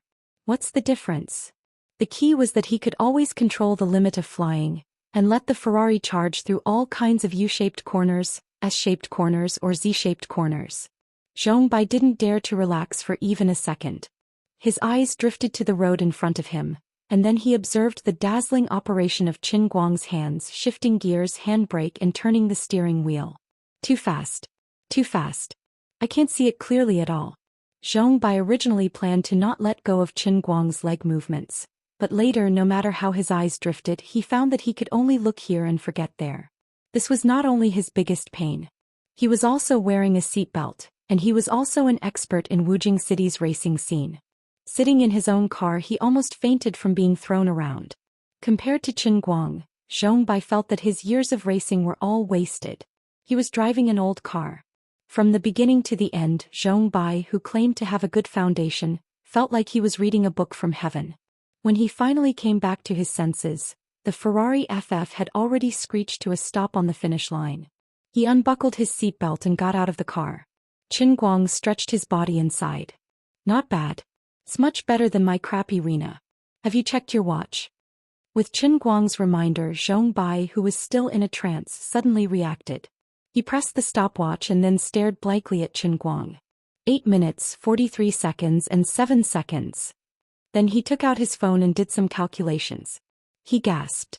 The average speed is 137.48. Qin Guang grinned. How does this compare to your usual results? In fact, Qin Guang himself was not very satisfied. After all, he could reach a few hundred kilometers per hour in a small broken Alto. Today he had switched to a Ferrari FF, a super sports car, but he could only reach a speed of 130 kilometers per hour. His performance was terrible, and he did not know if the group of rich second-generation heirs would be satisfied. Zhou Bai was completely dumbfounded. Brother Racing God. He was so scared that he called him Brother Racing God again.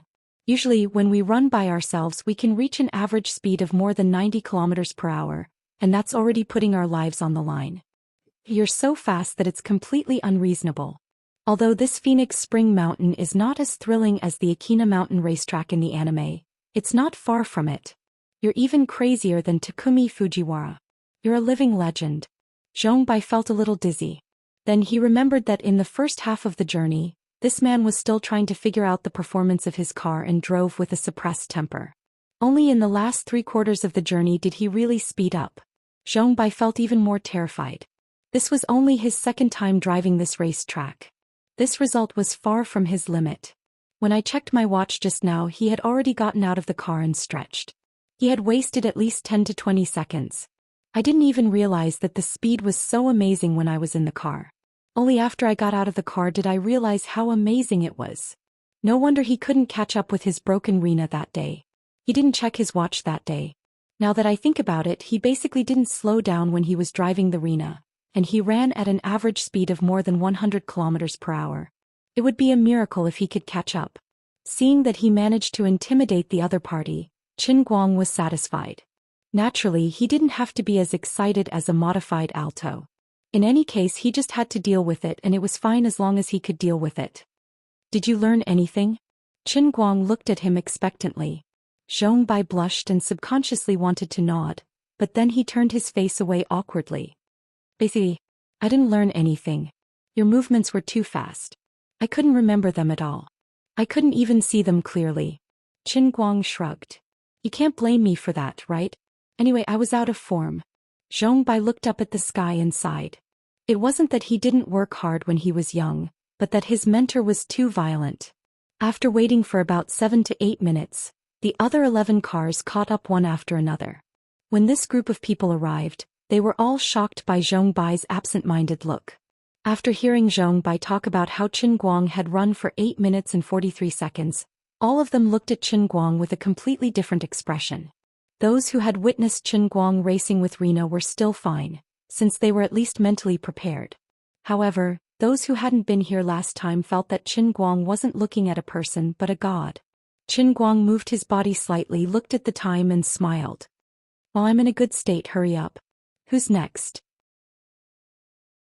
Run 2 more times before noon and finish early in the afternoon. 8 minutes later, another guy broke down. This guy's level was much lower than Zhong Bai's, and he didn't even see Qin Guang's movements clearly. Moreover, Qin Guang first used Zhong Bai's Ferrari FF to get used to the performance of a supercar. Now that he switched to this Mercedes-Benz SS, it didn't seem to be much different. He was very fast from the beginning and maintained his speed until the end. However, this group of people wasn't completely devoid of experts. Qin Guang vaguely remembered that about 10 people, there was a guy driving a Nissan GTR. Although this guy's car looked the lowest on the surface, he was the most diligent. The performance of the GTR was not bad to begin with, and he had magically modified it even more. The actual value of this supercar should be at least 5 million, and it even had its own nitrogen injection to accelerate. However, when Qin Guang had magically modified the Alto, he didn't try this thing. After all, this car was very valuable and he was afraid that something would happen to it, so he suppressed his curiosity and didn't touch it. When he was actually driving, Qin Guang felt that the car was indeed very good. He easily finished the race within 8 minutes, which was the best result of the day. This guy's eyes were fixed on Qin Guang from the beginning to the end. He was smarter than Zhong Bai, and knew that he wouldn't learn anything if he looked at the road and the people at the same time. So he simply paid attention to the small details of Qin Guang's operation. When he sent this guy to the finish line, Qin Guang looked at the guy's sparkling eyes, and knew that this guy was really going to be enlightened. Chapter 165. Why, how much have you learned? I feel a little bit, but I'm afraid I have to practice more later. Maybe I can reach half of your level. This young man was modest. Well, there are so many people today, I'm afraid you didn't learn for nothing. Qin Guang laughed and got on the next car. With such a young man as his backing, at least his tuition today was not in vain. Again, the master show, you guys just watch the fun. Whether you can learn it or not, I don't care. Lu Fei and her Porsche 918 Spider seemed to have been pushed to the last by her own request. She was smart enough to wait for Qin Guang to finish her last lap. He had to go back to school, right? At that time she would let him drive her car back to school. Compared to other people's mere 20 kilometers of tutorials, it was worth the ticket price. As for Qin Guang's 100,000 yuan in cash, he had already transferred it to his PayPal account during lunch. This money was easy and pleasant to earn. It was nothing more than changing different cars and strolling repeatedly on the Phoenix Spring Mountain racetrack. The workload was similar to that of opening the internet, but the income was like heaven and earth. Could not be mentioned in the same breath. The driving skills that Qin Guang showed today were already divine in the eyes of Zhong Bai and the others, but compared to Qin Guang's realm in the cup world when he had 100 resurrection chances, it was still worlds apart. This made Qin Guang sigh. In this world, no matter what you do, you have to be professional. As long as you show the top professional standards, even if you just casually drive a car, you can earn 100,000 yuan a day. Is this the divine pencil sharpening skill? Sai, forget about that damn divine skill. It doesn't even feel good to show off. Sitting in the driver's seat of Lu Fei's Porsche 918 Spider, Qin Guang tried hard to restrain his emotions, striving to make himself look like a real god of racing. He must not let others see his slightly embarrassing situation at this time. When he was in the other Lamborghini, he had asked the young man how much Ruffy's car was worth. When he finally found out the truth, he almost burst into tears. The entire car was imported. Even if a button on the control panel was broken, the original parts had to be handmade by foreign craftsmen. There were only 918 cars in the world and the entire car was worth 15 million. There was no way to be friends with this woman. Damn, my heart is so tired. It's so tiring to be friends with a real nouveau riche. Lu Fei didn't know that Qin Guang was feeling sad. She rolled down the window and said to Zhong Bai and the others with a smile, "You guys go back to your own homes first and understand yourselves. The rest of Brother Racing God's time belongs to me. Brother Qin Guang has accompanied us for the whole day. It's time to go back to school." Cunning. Despicable. Shameless. Sister Lu Fei, why are you so benevolent and righteous to take the initiative to be the last one? Lu Fei was extremely proud of herself. She pointed to her head and said, "As a person you have to use your brain more. That's why I can buy a 918, but you guys can only drive your lousy Gallardo. Right, that's it. Go and stay where it's cool." The dejected Qin Guang listened to Lu Fei's words and suddenly said, "If you want to take care of me, this will count as overtime. You'll have to pay more." Lu Fei laughed and patted Qin Guang's shoulder again and again. "Brother Qin Guang, you're so humorous. You really know how to joke. Do you think I don't understand the meaning of overtime? Those little bastards dare to say anything in front of me. Alright, let's hurry up and go. I can't wait anymore. Damn it. I'm not joking. You should be more serious." Qin Guang complained in his heart, but Lu Fei had already fastened her seatbelt. She then rubbed her hands and stared at him with a face full of expectation, waiting for him to start. "This unlucky girl, why can't you understand human language? Why is your comprehension ability so low? You can't expect a man like me to really open my mouth and ask you for extra money, right? You should have some eyesight, right? Brother Qin Guang, are your eyes uncomfortable? Why do you keep blinking? I have some eye drops here. F***ck your eye drops. I'm not happy." "Brother Qin Guang, didn't Zhong Bai and the others just say that you only took 8 minutes to finish the Fengquan Mountain racetrack? But why are you running at 60 kilometers per hour now? What do you know? I didn't teach them seriously. I just wanted to finish the race quickly. You're different. I'll teach you well, so drive slowly. You learn a little. This is my real ability." Lu Fei was overjoyed. "Alright. I'll learn seriously." Then Qin Guang silently drove the Porsche 918 to the school gate at a speed of up to 80 kilometers per hour and 60 to 70 kilometers per hour most of the time. Until Qin Guang got out of the car and left, Lu Fei was still desperately trying to figure out Qin Guang's so-called real ability. That's strange. There's something wrong with his speed all the way here? No matter how I look at it, he feels like a new driver who just got his license. 10,000 question marks popped up in Lu Fei's mind and she could not figure it out. Finally, she clapped her hands fiercely. "Sigh. It must be because my level is too low and I can't see the true meaning behind his seemingly ordinary operation. A real racing god has to start from the most basic of basic skills.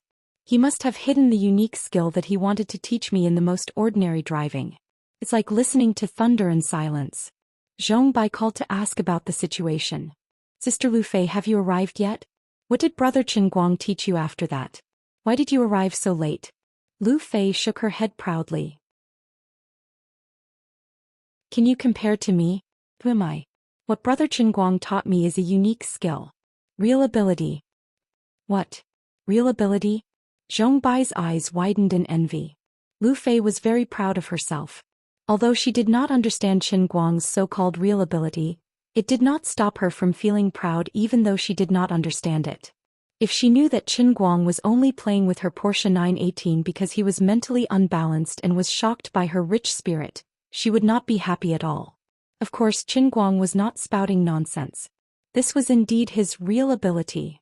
When he returned to the dormitory, it was about 6 o'clock in the evening.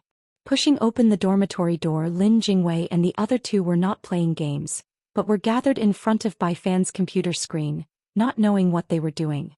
Bai Nyangzi chuckled as he dragged the mouse around, while the other two were pointing at the screen non-stop. The three of them whispered to each other like thieves, their faces rippling with wretched expressions. Qin Guang cursed in his heart. It was simply shameful.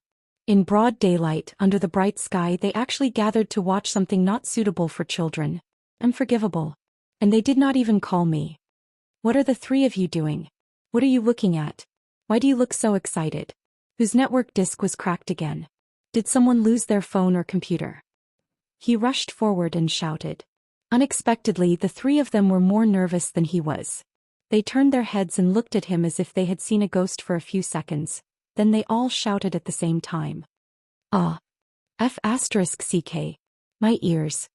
Qin Guang pushed the three to the side and moved closer to the computer. He finally saw clearly what the three of them were doing. His face suddenly turned gloomy. Zhong Bai's smashing of the car was filmed by someone and uploaded to the school's website. Chapter 166. If it was only Zhong Bai and the others who took pictures, it would be fine. However, Qin Guang couldn't get away with it from the beginning to the end. During the whole process of the bystanders taking pictures or recording, Qin Guang was almost always at the center of the camera. There was no doubt that he became a typical character. A domineering student led a group of second-generation rich kids to beat people up and smash cars in public. They were arrogant and domineering. Even if the incident happened outside the school, even if the one who was beaten up was a second-generation rich kid, the weak side would naturally get the sympathy of the bystanders because Dong Tao was really pitiful at that time. If it was just this incident alone, perhaps Qin Guang's identity wouldn't be exposed so quickly. However, the post about Qin Guang falling into the water in the morning was exposed by Dong Tao. When the posts on both sides were put together, the matter immediately became more lively. Within a day, he became a hot topic on the school forum twice in a row. This time it was impossible for Qin Guang not to become famous. In the dormitory, the wretched look on the face of the third grandson just now was all kinds of fancy comments on the pile of hot posts on the internet. The three of them were also big-hearted. They knew that the matter wasn't that serious. Although many posters and replies were splashing dirty water on Qin Guang, this incident happened outside the school. Secondly, Qin Guang didn't really participate in the process of smashing the car from the beginning to the end, so the slander couldn't stand. As for the scene of him beating up Dong Tao because it happened too quickly, the bystanders didn't have time to take pictures. Most of the photos and videos were taken from when Zhong Bai and the others smashed the car. After all, the latter half was the climax and only then was it worth watching. The fight at the beginning was too sloppy and ordinary. Therefore, although this matter was very big and very lively, in fact Qin Guang could completely ignore it. With the passage of time, this matter would slowly be forgotten. You three are really calm. It's already like this and you still don't know how to inform me. Qin Guang was angry. Lin Jingwei calmly pointed to the corpse of Popcorn 4S that was still hanging on the windowsill. It was almost ready to be buried. What if we used telepathy to inform you? You're not even online when you're outside. Are you blaming us? If you don't believe me, you can log into QQ and take a look. I can guarantee that the messages we sent to you have already exploded. Okay, let's just leave it at that. There are so many trivial matters. Fortunately, I made a small fortune today and am in a good mood.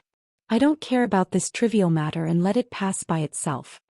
Thinking of the 100,000 yuan in his PayPal account, Qin Guang was in a good mood again. He just had to wait for the 6p popcorn to arrive tomorrow, and then he would transfer the money to his father's card as soon as possible. In this way, there would be 300,000 yuan in the card, which was more than enough to support the surgery until the day of the transplant. As for the payment to the donor, of course it was Patek Philippe. Suddenly Lin Jingwei's phone rang. When he picked up the call, he snorted into the phone while looking at Qin Guang, who was about to turn on his computer and play games with a weird gaze. Qin Guang was creeped out by his gaze. He felt that something bad was about to happen. Sure enough, Lin Jingwei hung up the phone and looked at him with a sneer. Brother Guang, go downstairs. Teacher Zhou has been looking for you all day. She's waiting for you downstairs. You should think about how to deal with her. You also know that Teacher Zhou is very concerned about the collective image of the class. I'm afraid you won't have a good time this time. Obviously, although Lin Jingwei and the others knew that nothing would really happen to Qin Guang, they all felt that Teacher Zhou would definitely give him a good scolding. After all, the student in her class had become a negative example and tarnished her reputation as the new counselor. Qin Guang sighed and drank some water. He braced himself and stood up. If it's a blessing, it's not a curse. If it's a curse, it can't be avoided. Brothers, pour me a glass of wine and congratulate me on my triumphant return. With a perturbed mood, Qin Guang went downstairs. Sure enough, Zhou Jingxi was standing at the entrance of the dormitory with a gloomy face. Teacher Zhou, it's so late. Why don't you get off work and go home to rest? Qin Guang chuckled as he stood in front of Zhou Jingxi.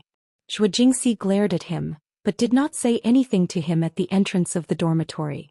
Instead, she suddenly turned around and walked into the grove next to her. She said faintly, "Let's talk over here." Following behind Zhou Jingxi, Qin Guang looked at the beautiful counselor's swaying and graceful back view. However, he felt a chill down his spine. It was a dark and windy night. He was going to teach her a lesson. When they arrived at the grove, Qin Guang was pondering how to teach her a lesson when Zhou Jingxi suddenly turned around. Qin Guang thought that she was going to make a move. He quickly jumped back and crossed his hands in front of his chest, assuming a standard defensive posture. Unexpectedly, Zhou Jingxi only looked at him with red eyes and said in a muffled voice, "Why are you so worrisome? You were so smart before. You knew that Wang Ren would want to deal with you. It's already at this juncture, why don't you know how to restrain yourself? What if Wang Ren gets hold of your weakness?" Qin Guang was stunned. He thought that Zhou Jingxi was going to scold him, but he did not expect that she was worried that Wang Ren would take the opportunity to stir up trouble. "Hey, I thought you were going to do something by being so fierce. Wang Ren, how could I not know what Fatty Wang is capable of? Don't worry, he can't do anything to me." "What are you saying? You were fighting in public and smashing cars in public. How vile is that? Why are you still so indifferent?" Zhou Jingxi was more anxious than Qin Guang himself. Qin Guang laughed. "Teacher Zhou, although you said that, I've seen the video that those people took online. Did you see me make a move?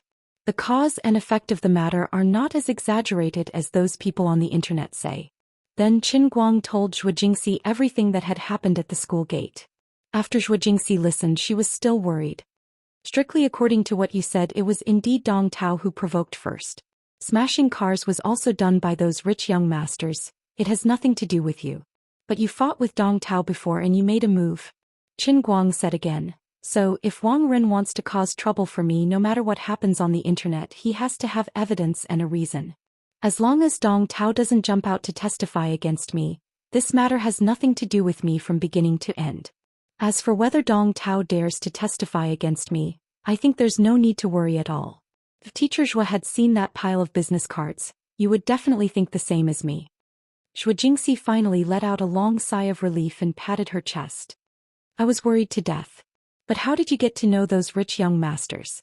Qin Guang raised his hand. "Have you forgotten? Didn't I injure my hand a few days ago because I was trying to save that kid who was the most active?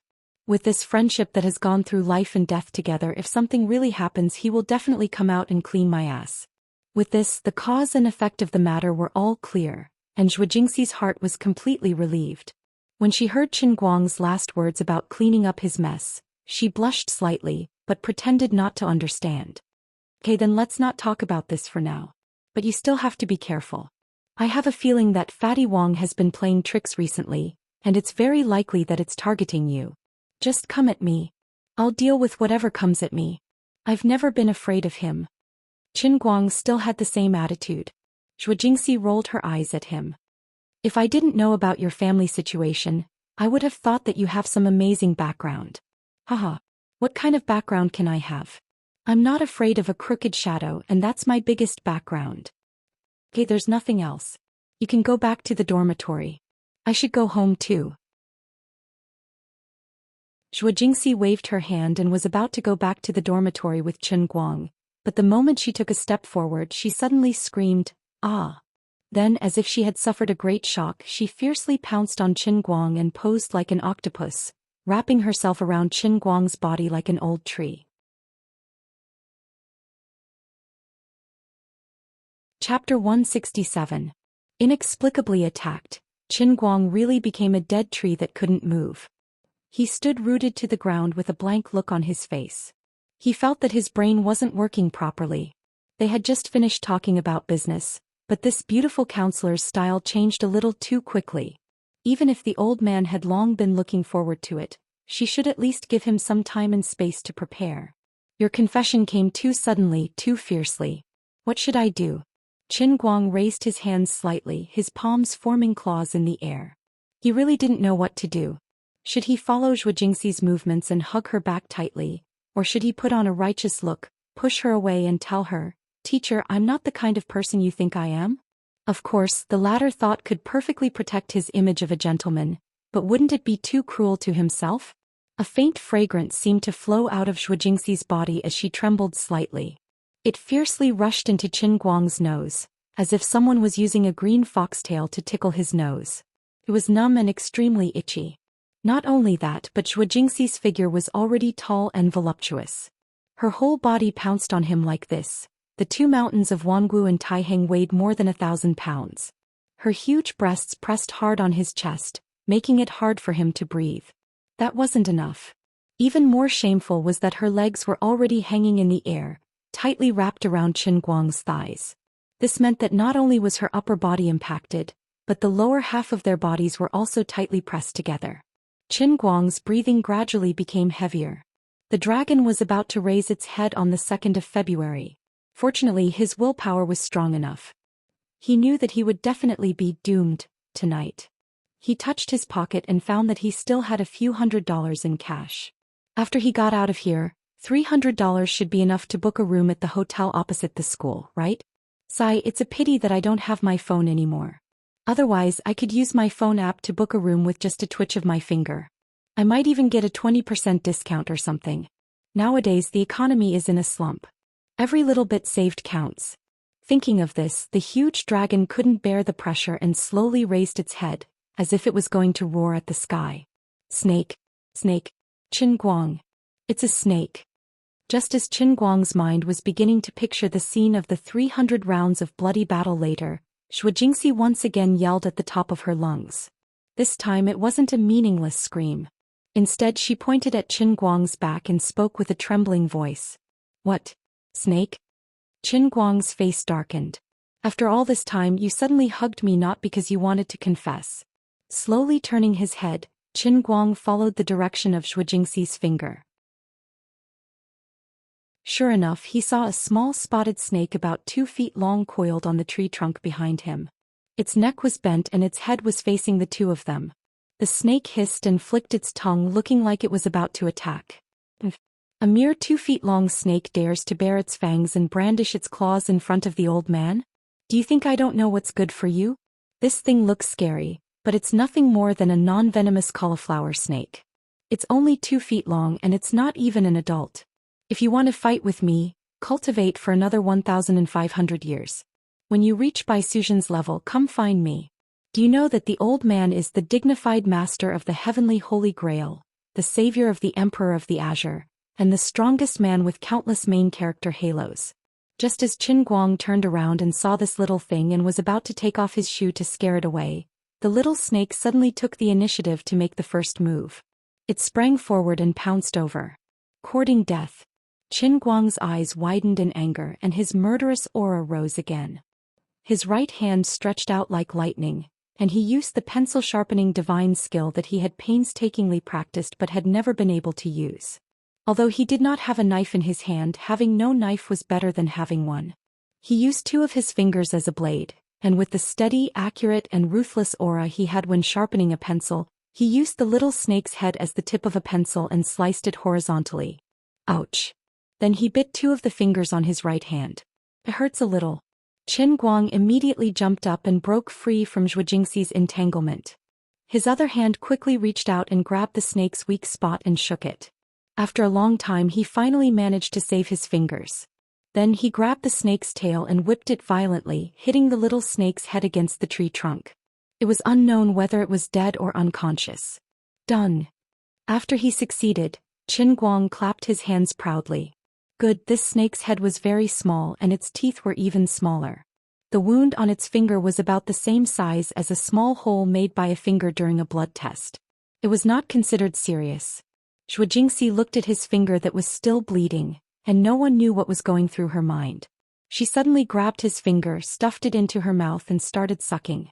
Every time she sucked, she spat out a mouthful of blood on the ground. After a long time, Zhou Jingxi's face was completely red.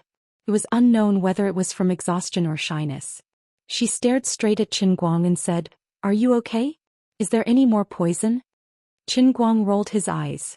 I was fine, but if you keep sucking like this for a while, I'll have to go to the hospital for a blood transfusion. I'm a little dizzy. I think I'm anemic. Teacher Zhou, this snake is called a cauliflower snake in my hometown. It's not poisonous. Why didn't you say so earlier? I saw that you were quite into it, so I didn't have the heart to interrupt you. In the end, it was a false alarm. Zhou Jingxi came with the intention of denouncing him, but she left with a red face.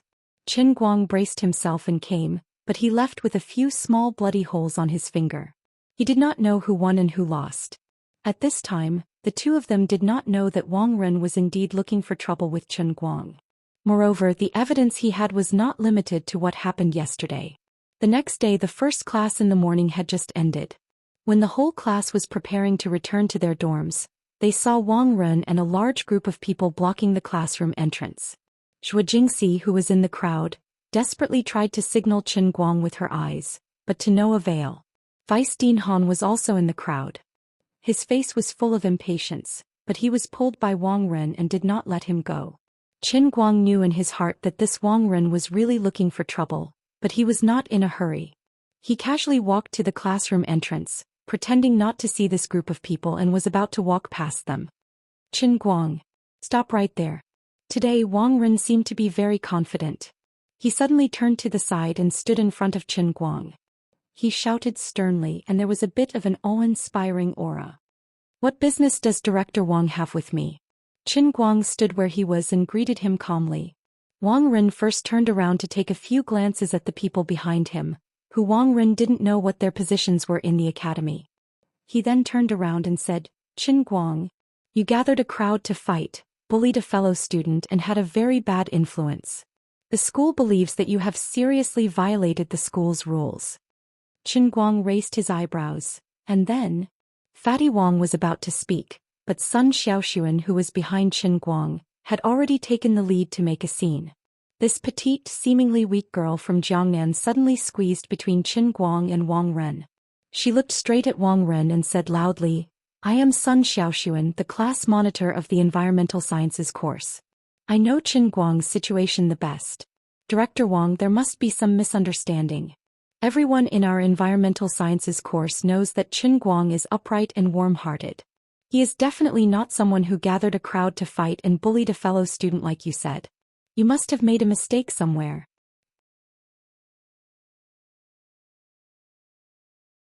Chapter 168. Sun Xiaoxuan's sudden outburst was beyond everyone's expectations, not even Qin Guang.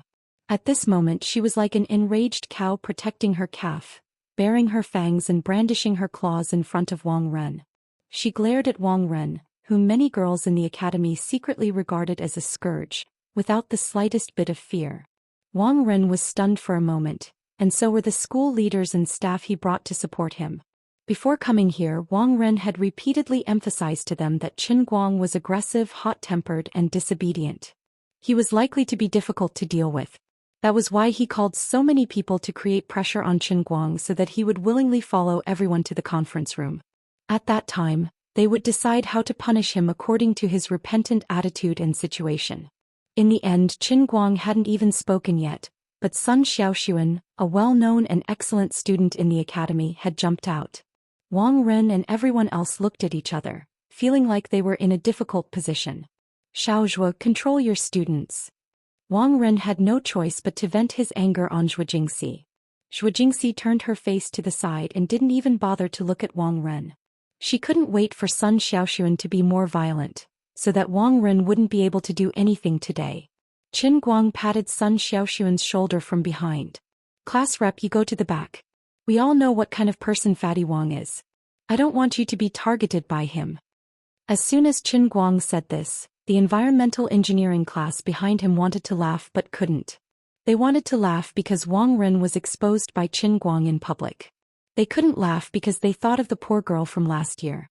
Moreover, Sun Xiaoxuan was standing on the opposite side of Wang Ren, so everyone was subconsciously worried for Sun Xiaoxuan. Sun Xiaoxuan still wanted to say something, but Qin Guang suddenly put his mouth next to her ear and said, I'm really fine. You go to the back first. Perhaps Qin Guang's words were magical, because Sun Xiaoxuan actually retreated in a daze. Qin Guang. Show some respect to the school teachers. Wang Ren was instantly enraged that Qin Guang was called Fatty Wang before so many people. Qin Guang glanced at him.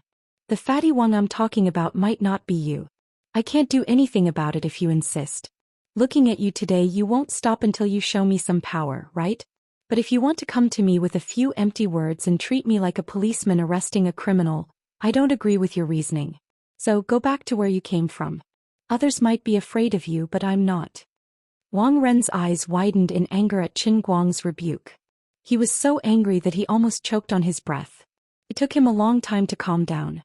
He finally thought of something and turned his gaze to the crowd behind Qin Guang. Pan Zhang's buddies, who had been hiding in the crowd and pretending to disappear, couldn't sit still, but they still didn't want to move. Wang Ren coughed fiercely again. Finally, someone stood up. It was Ren Yuan. He took a deep breath and shouted, "Director Wang, even if Qin Guang really did beat Pan Zhang into the hospital and make him quit school, we are still students. The school doesn't have to punish students like this, right? It's not good to do it in public." "You're talking nonsense. You clearly know that Pan Zhang wanted to." Sun Xiaoxuan was anxious, but he couldn't finish his words. He found it a little difficult to say it out loud. Ren Yuan continued to say, "Class rep, we all know that you like Qin Guang. But the conflict between Qin Guang and Pan Zhang has nothing to do with you. The two of them have a deep grudge in class and everyone knows that." "Ren Yuan, you're lying through your teeth. Do you really not know why Pan Zhang was beaten? Didn't you see it with your own eyes that day?" Lin Jingwei was standing next to Ren Yuan. As soon as this grandson finished speaking, Lin Jingwei grabbed his collar from the side. Xianxia had already raised his fist. "Okay. I was wondering why that damn fatty Wang Ren came looking for trouble. So it's you bastards who became his traitors. I'll beat you up." There were still so many people watching. He couldn't let that idiot Xianxia hit him in public. Qin Guang reacted quickly. He hurriedly pounced on Xianxia's back and pulled him back. "What are you being impulsive for? Lin Jingwei, you let go too." With Qin Guang's roar, Lin Jingwei and Xianxia immediately calmed down and stopped making a fuss. "Ren Yuan, you're very good. Very good." Qin Guang stood in front of Ren Yuan and looked at him coldly. From Ren Yuan's expression, there was a sense of helplessness. However, he only turned his face to the side and didn't look at Qin Guang anymore. Turning back, Qin Guang grinned and said, "Director Wang, I'll go with you." Fatty Wang's face finally revealed a cunning smile. He thought to himself that he had already prepared everything. Ren Yuan and the others had also settled everything. When they reached the academy building, the best result for Qin Guang today would be to give him a big demerit. If he was still so arrogant at that time, he might even be expelled. At this time, Vice President Han finally spoke. This old man had been watching the situation from the side with cold eyes. He came in front of Qin Guang and patted his shoulder. He said sincerely and earnestly, "Young people shouldn't be too impulsive. Don't worry, the academy will make a decision based on the actual situation. When the time comes, you just have to state the truth. I promise I won't wrong a good student." How could old man Han not understand Wang Ren's plan? However, he himself was the person with the highest position here. He also thought highly of Qin Guang. When he said this, he had already secretly made up his mind. If it really came to that, he would come forward to forcefully protect Qin Guang. At least he absolutely couldn't let him get expelled. Wang Ren watched coldly from the side. He didn't seem to care much about old man Han's attitude. Qin Guang nodded, but his brows were still furrowed. Through Ren Yuan's actions just now, he had already roughly guessed Fatty Wang's plan. "Let's go. Qin Guang." Fatty Wang stretched out his hand to pull Qin Guang. However, Qin Guang glared at him and he shyly withdrew his hand. "We're going too." Bai Fan shouted at the top of his lungs. "This isn't Qin Guang's personal matter. The whole class is a witness." Sun Xiaoxuan was about to say something, but Qin Guang suddenly pulled her skirt and whispered in her ear, "Class monitor, do me a favor. I'm afraid I won't have a chance to make a phone call later. My new phone hasn't come yet and I'm too lazy to use someone else's phone to change my number.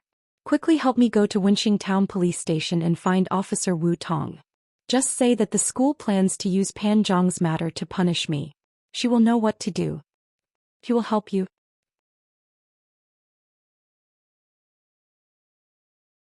Chapter 169. Did you forget?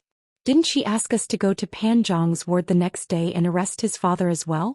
Actually, I had already decided that it was a good Samaritan, but I still had to pay for it. That's why I didn't tell you in detail, afraid that you'd feel bad about it. Qin Guang nodded heavily. So you can go find him and come back as soon as you find him. Sun Xiaoxuan's eyes lit up. That's right. To Wang Ren it was a brawl, but to Officer Wu it was a good Samaritan. By the time Officer Wu arrived, no matter how much Wang Ren tried to jump around, the Wenqing Branch Bureau's investigation would make Wang Ren a clown. Who knew the Academy might even reward Qin Guang for this matter. But what about yesterday's incident? Sun Xiaoxuan obviously knew about yesterday's incident. Qin Guang waved his hand indifferently. Dong Tao didn't come today, which means yesterday's incident didn't affect him at all. Fatty Wang must have only one trick up his sleeve. Hurry up and come back, we're waiting for you to save our lives. Sun Xiaoxuan calmed down. Looking at Wang Ren's smug face, he felt like he was a clown. What are you guys mumbling about? Hurry up and go.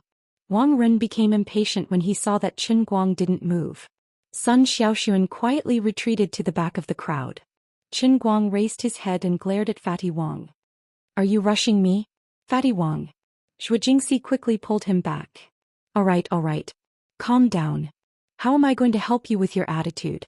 After another commotion, a group of people walked majestically toward the academy building, attracting a lot of attention along the way.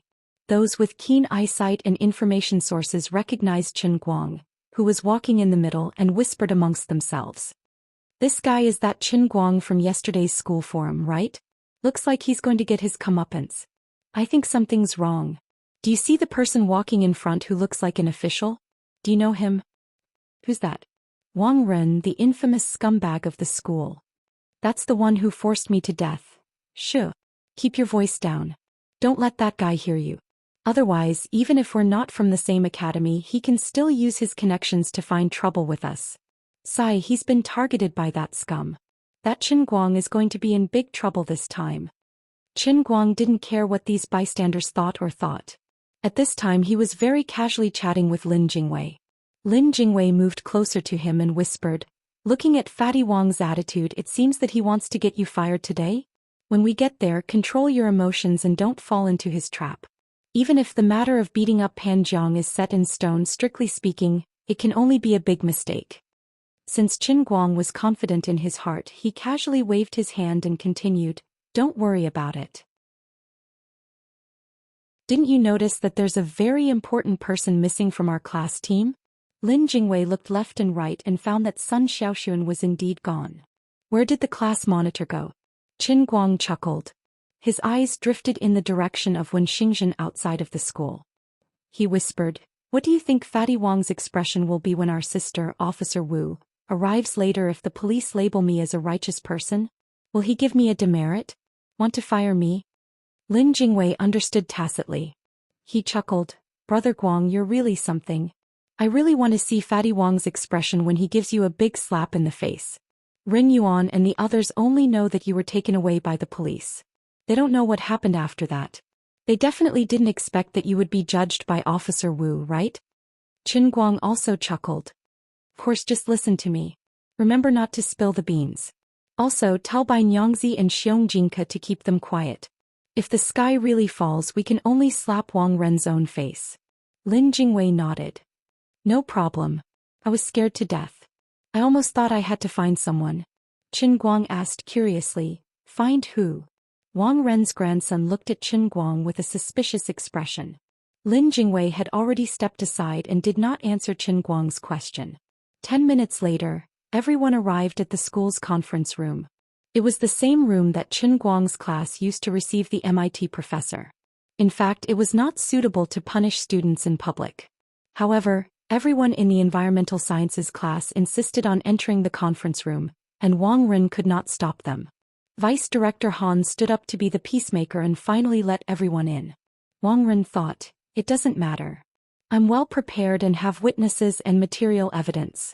Even if these brats make a fuss, it's useless. It's better to let them see clearly what happens when they offend me. It will also make Zhou Xian understand that sooner or later, Monkey Sun will not be able to escape from the palm of Buddha's hand. Even if there is a large group of monkeys standing behind Monkey Sun, it is useless. Oh right.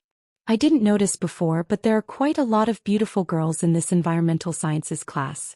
I hope you don't give me any dirt on you in the future. Where is the class monitor who was quite tough just now? That girl is the prettiest. No wonder that idiot Pan Jiang fell for her. Forget it. It's better that she is not here. Without her, the testimony of Rin Yuan and the others will be more authentic. Director Wang, we are already here. Just say what you want to say. Anyway, in my opinion, Qin Guang is excellent in both character and study, and is a rare talent in our school. There must be some misunderstanding about what you said. Clarify the misunderstanding as soon as possible, and this matter will be over. Vice Director Han seemed to have made up his mind. As soon as he sat down, he took the initiative to speak. What he said was to help Qin Guang. Qin Guang gave Vice Director Han a grateful look. Everyone knew that Wang Ren had a strong relationship with the school's higher-ups. It was really rare that Vice Director Han was willing to help him to this extent. Zhou Xian also sat next to Qin Guang. She looked like she was going through thick and thin with him. She said loudly, "Qin Guang is my student. I know him very well. I don't think he is a fierce person. Last time when our class received Professor Schmidt from MIT, you were also there. You saw with your own eyes that Qin Guang won glory for the school and the school.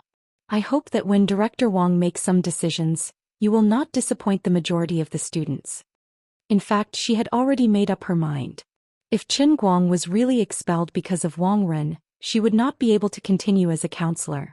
If Wang Ren got rid of Qin Guang, the next person to be unlucky would definitely be her. Forget it. If he leaves, I'll leave too.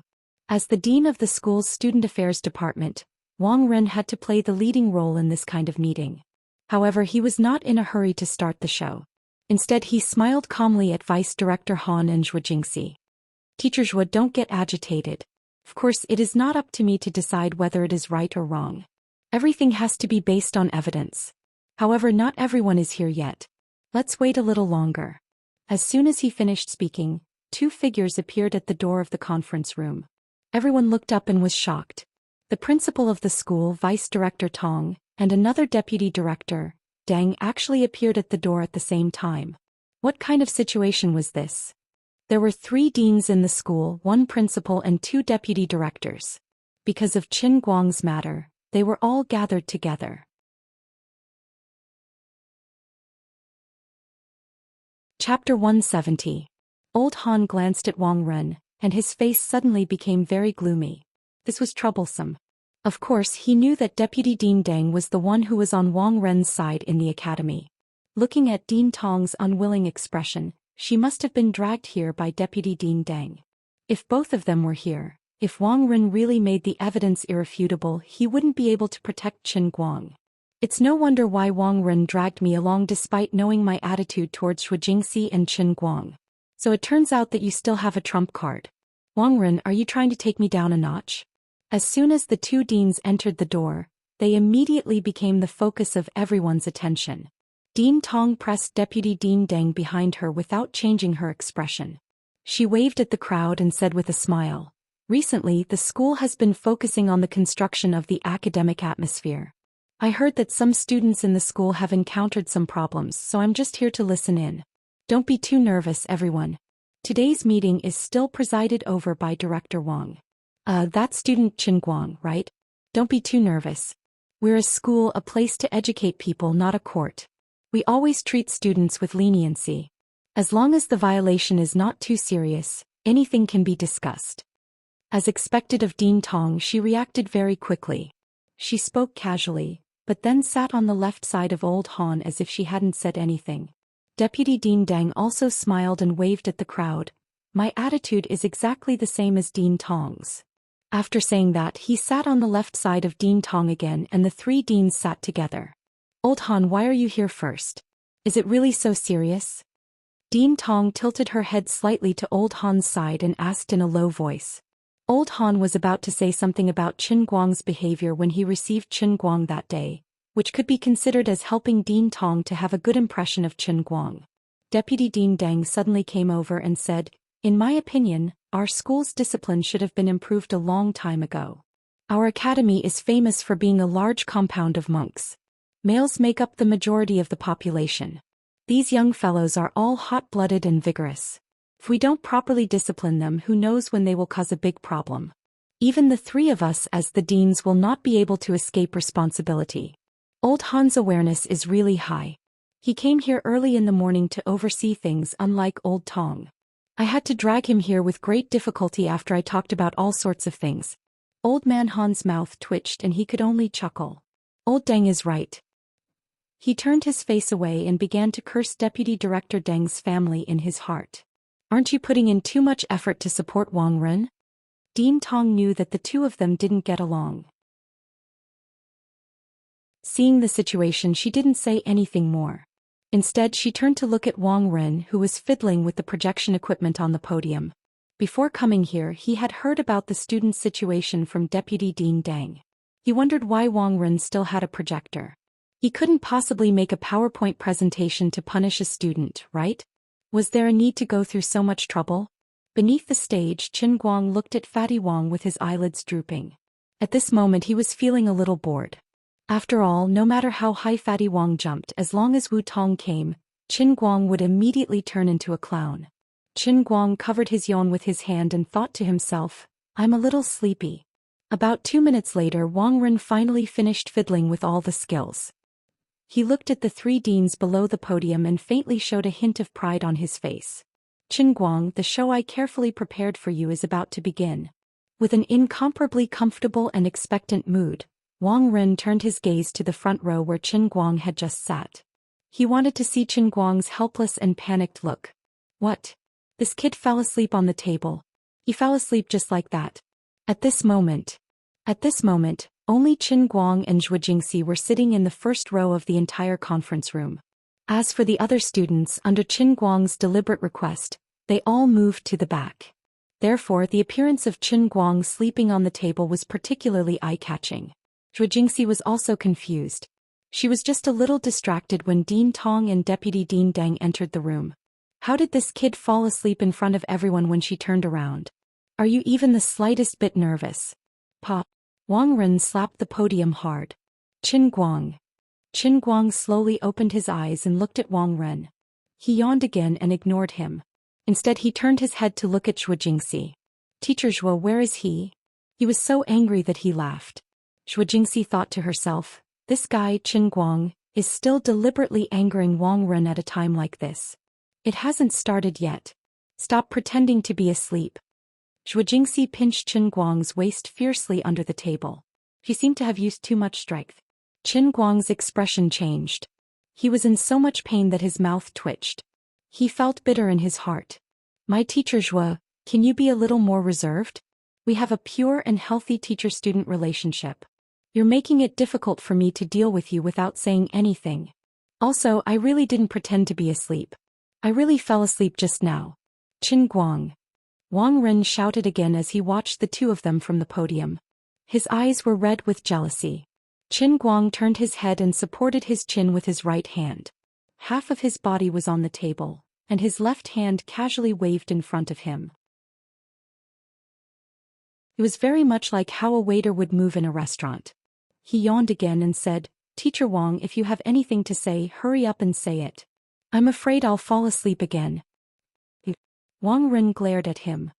His hands were shaking with anger. This student is a little arrogant and unruly. Dean Tong saw this scene and said softly, it's normal for a talented student to be a little arrogant. I remember that when you were young, Old Tong, didn't you also like to talk back to our tutor? Old Han laughed at the side. He and Dean Tong did indeed study under the same tutor when they were young. The two of them had a deep relationship. Deputy Dean Deng snorted. Our Gokyo University nurtures talents, so we need to have both ability and integrity. When Old Tong was young, he was arrogant. That was because he was knowledgeable, so he could argue with the old man. What kind of attitude is this from Qin Guang? He made a mistake. How can he be compared to Old Tong when he was young? All right. Whether he made a mistake or not, we still have to wait for Wang Ren to finish talking before we make a conclusion. Old Deng, don't mention the sarcasm in your words. Dean Tong could hear the tension in the air. He pointed at Deputy Dean Deng and asked him to restrain himself. He didn't want his two deputy deans to quarrel in this situation. On the stage, Wang Ren spent a lot of effort to control his mood. He clicked the mouse hard and the image on the projector changed. The first picture appeared. It was the post that had been discussed by many people on the school forum. It was a picture of a rich second generation beating up someone and smashing a car. In the picture, Qin Guang was standing in front of a half-destroyed Audi A4L with his arms crossed. He looked very indifferent and expressionless. Wang Ren pointed at Qin Guang in the picture. Everyone see that? This is the violent incident that caused a terrible impact on the school yesterday. Qin Guang, this is you, right? Snore, snore, snore. He fell asleep again. He fell asleep with one hand propped up. Qin Guang. It's me. Go on, I'm listening. Qin Guang raised his eyelids by about 2 millimeters. He didn't even bother to nod his head. He just stretched out his hand and waved to show his attitude. At this moment, Wang Ren wanted to give Qin Guang a slap, but a slap wasn't sufficient to vent the hatred in his heart. Since Qin Guang still has this attitude, then don't blame me for firing you. Do you really think that I only have these few pictures? Ren Yuan's signs were so obvious just now. Don't tell me you didn't notice anything? Idiot.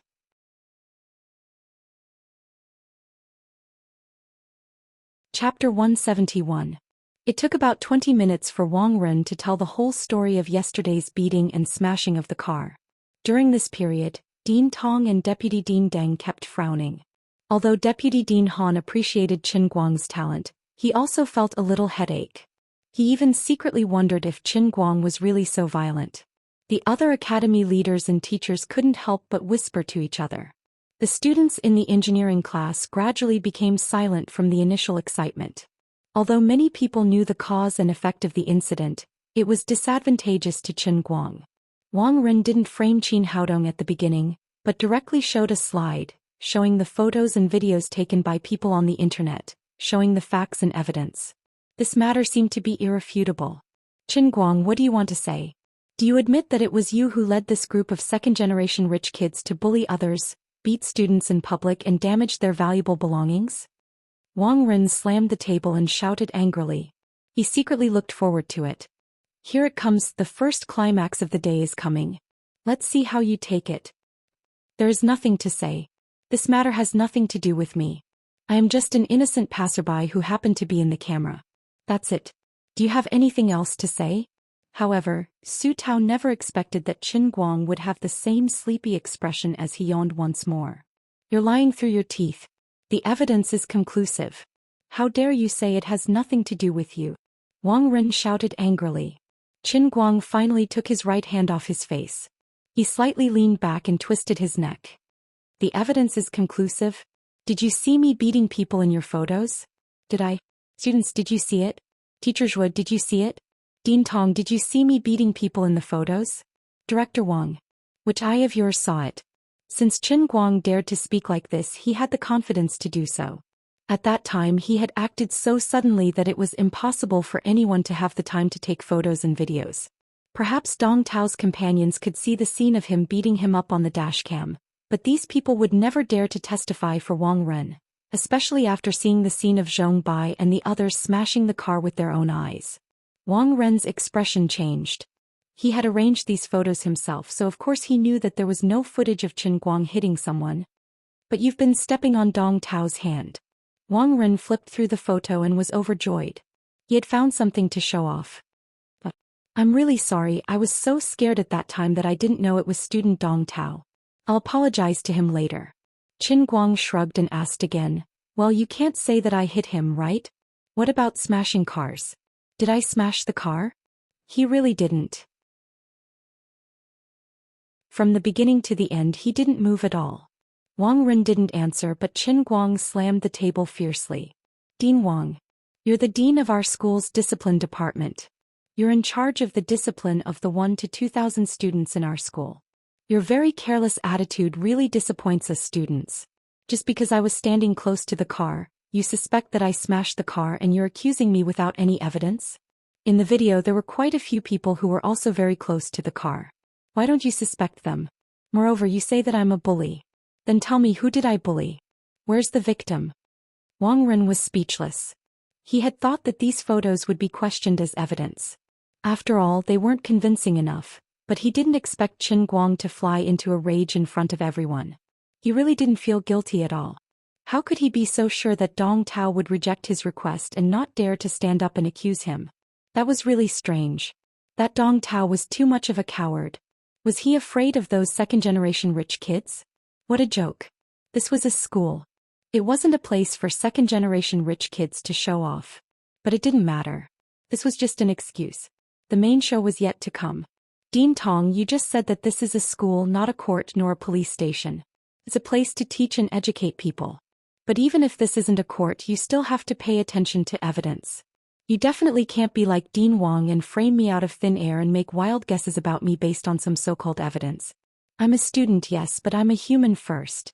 Wang Ren is violating my human rights and tarnishing my reputation. At this moment, Qin Guang stood up. He was so agitated that he was waving his hands and feet as he spoke loudly. Seeing him like this, Wang Ren didn't panic at all. I'll let you jump all you want. It's time for me to show my trump card.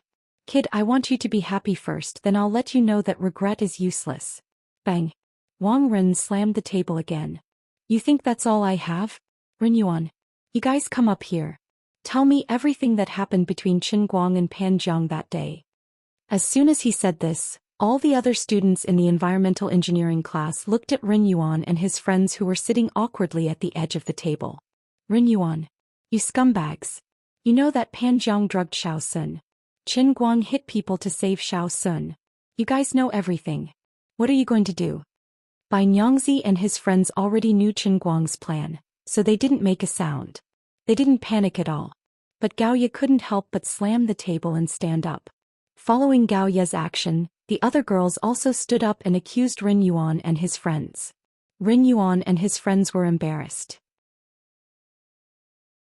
They knew that if they did this today, they would be isolated in the environmental engineering class forever. But what could they do? Wang Ren had a handle on them. If they didn't agree to his request, they would be expelled. Gao Ye thought that as Qin Guang's best friends, Lin Jingwei and his friends would be more excited than she was. However, when she turned around, she saw Lin Jingwei's 3 grandsons huddled together and playing with their cell phones. Their heads were close to each other and their eyes were fixed on the cell phones under the table. On the screen was the HD version of The Legend of the Sword and Fairy that had just been remade for the cell phone. Gao Ye almost fainted. Her best friend was going to be fired because of a false accusation. Why are the 3 of you still playing games here? Lin Jingwei. Gao Ye yelled with hatred. Lin Jingwei, who was instructing Bai Nyangzi to use Li Xiaoyao to activate the ultimate skill of the Liquor Sword Fairy, shivered. Without thinking, he slammed the table with much more strength than Gao Ye and stood up abruptly. That's right. Gao Ye is right. He slammed the table so hard that it almost broke. The first victims were Bai Nyangzi and Xiong.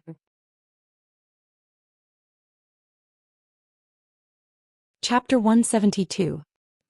Our ears. Little Lin, you idiot. You should have told us in advance. Bai Nyangzi covered his ears and fell to the side. Qin Guang, who was dozing off in the front row, was startled awake by Lin Jingwei. He had to give it to Lin Jingwei and secretly scolded Lin Jingwei for being an idiot. If you like Gao Ye, then so be it. Why don't you pay more attention to the situation? The rest of the class could not help but laugh. Gao Ye's face turned red.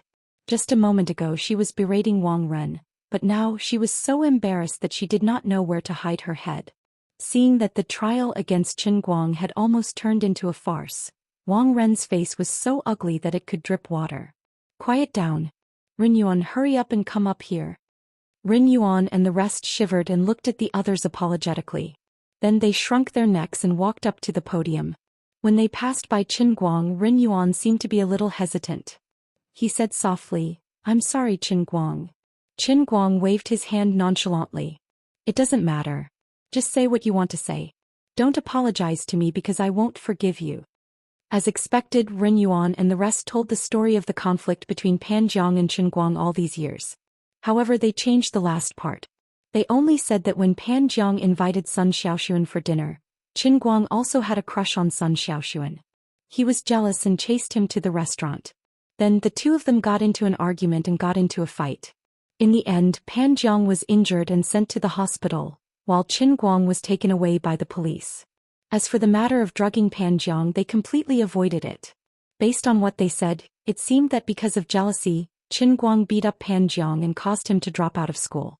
While Ren Yuan and the rest were telling the story of the conflict between Qin Guang and Pan Jiang, Wang Ren stood on the podium and did not say a word. He had become an outsider, as if he was not the one who started the whole thing. It was as if Ren Yuan and the rest could not bear to see Pan Jiang being wronged, so they came to help him. We don't know why Pan Jiang dropped out of school. Since he was sent to the hospital, we haven't been able to contact him. When we called him, he didn't pick up. We don't even know which hospital ward he's staying in. It's as if he disappeared into thin air. Even the news of him dropping out of school was only known after teachers were told us.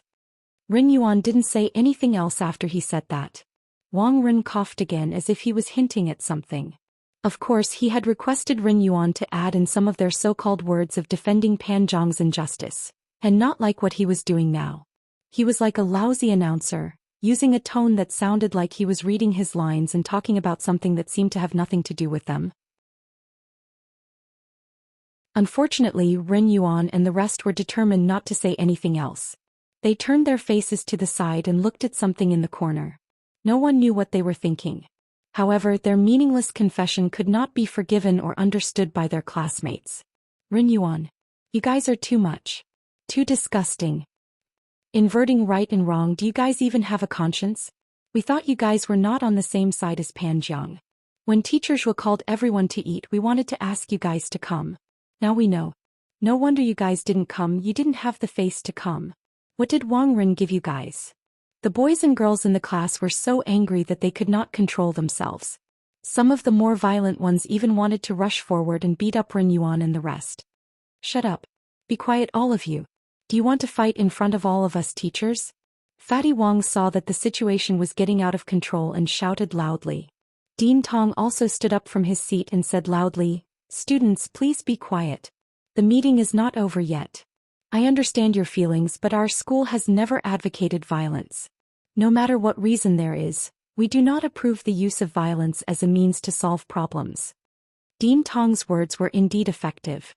Everyone had always been dissatisfied with Wang Ren, but they had always been in awe of the highest leader of the entire school. Wang Ren said again, "If it was just Ren Yuan and the rest's oral accounts, it might not be convincing enough, but here is a surveillance video provided by Zhou Xian. The evidence is irrefutable." After saying that, Wang Ren fiercely clicked the mouse, and a very clear surveillance video was projected. This surveillance video was not recorded in the private room. It started from the moment Qin Guang entered the room, kicked the door open and punched and kicked the poor Pan Jiang until Pan Jiang could no longer get up. The entire process was recorded from the surveillance camera in the hall, which just happened to avoid Sun Xiaoxuan, who was unconscious beside the door of the private room. As for the second half of the scene where Sun Xiaoxuan was helped out by Gaoya and the rest, Wang Ren directly cut it out. After the surveillance video was played, Wang Ren sneered at Qin Guang. "Qin Guang, what else do you have to say? You were the one who beat him up, weren't you? Everyone, look at how cruel his methods were. Even in the boxing ring, he would not use such a method to directly attack someone's lower body. This is a complete disregard for human life. How can this be considered a student? He's a complete thug." The more Wang Ren spoke, the more agitated he became. He slammed the podium heavily and glared at Qin Guang. "Qin Guang. Although I don't know why Pan Jiang chose to drop out of school after suffering such a great injustice, I have reason to believe that it was you, Qin Guang, who used coercion to force him to give in. But I have reason to believe that it was you, Qin Guang, who used coercion to force him to give in. Just like how you led those rich young masters to smash other people's cars yesterday. Even if Pan Jiang did not personally accuse you of this as the Dean of Student Affairs, I will not allow a student like you to continue to stay in our school. Damn, this grandson's acting skills are really good. If I had half of his acting skills, I would be able to become a specialized villain actor in Big Beard Deng's side. This grandson was born to do this. This is talent, I can't even be envious of him." Tilting his head, Qin Guang raised his eyes to look at Wang Ren. He couldn't even be bothered to open his mouth, allowing Wang Ren to do whatever he wanted. In the end, Qin Guang only treated Wang Ren as a clown. At the same time, Qin Guang was calculating the time in his mind. Why is Wu Tong not here yet? Could she be out on a mission? Damn. If that's really the case, then I'm not just a clown from today onwards.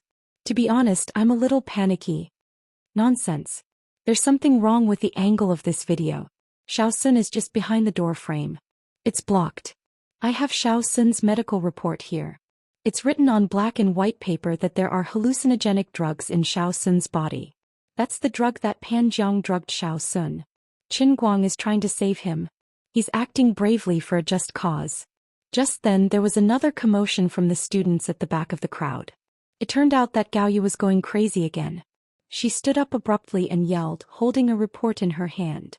Beside her stood another girl who was sweating profusely. Poor girl, she wasn't at the scene. She had quietly gone back to her dorm to get the report. Lin Jingwei was blind and didn't notice her absence at all. Wang Ren seemed to have expected this. He sneered, "Student, as Qin Guang said just now, although this isn't a court, we still need evidence. Even if the medical report in your hand is real, is there any evidence that Pan Jiang drugged Sun Xiaoxuan?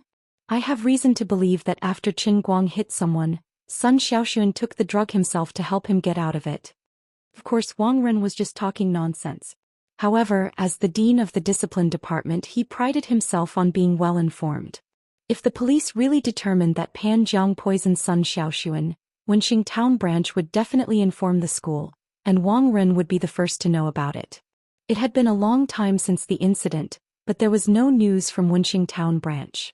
Before he framed Qin Guang, Wang Ren even took the initiative to inquire about it. Pan Jiang wasn't convicted. Poor Wang Ren. He didn't know that because Pan Jiang's case was related to Pan Dehai's murder case, it became a related case, and the level of confidentiality was raised by several levels. In addition, when Wu Tong was handling this case, she fell for Qin Guang and Emperor of the Azure's plot, and released Qin Guang too early. It was barely considered a violation of the rules, but it was reasonable. Wu Tong felt embarrassed after the incident and locked it in her file. Of course, Wang Ren couldn't find out anything. Of course, even if there was an inside story, Wang Ren didn't care because in this school he had the final say in how a student should be punished. Even if Qin Guang was a good Samaritan, he could still say that Qin Guang had a violent personality and was a potential danger. The school still had the right to punish or expel him, but the effect wouldn't be as good as it was now. Gao Ye slammed the table again and pointed at Wang Ren. "You're just talking. If you say it's bad, then it's bad. If you say it's white, then it's white. We don't accept this." "Yeah. We don't accept this. Qin Guang is innocent. You fatty Wang are deliberately framing him. You can't stand the fact that Qin Guang ruined your stupid idea." Looking at these people making a ruckus, Wang Ren didn't care at all. He only sneered in his heart. Isn't that the case? In this school, if I want someone to be black, then they'll be white. Alright, now that the witness and material evidence are here, I won't say anything about the court's verdict. Today's incident is all because of the student in your class. In view of Qin Guang's actions and his unrepentant attitude today, I think the school should expel him. Our school doesn't need this kind of violent student. We don't want to nurture him either. As Wang Ren spoke, he grabbed a thick stack of materials out of nowhere and slammed it on the table, full of vigor. He couldn't hide the smugness in his heart and secretly let out a long sigh of relief. He had finally said the most important sentence. Wang Ren then looked at the three deans' current expressions. Old man Han seemed to be a little helpless, his brows tightly furrowed. Deputy Deans Deng exchanged a glance with him and revealed an understanding expression. Dean Tong, on the other hand, squinted her eyes as if she was thinking about something. Wang Ren grinned. "Qin Guang, you're finished."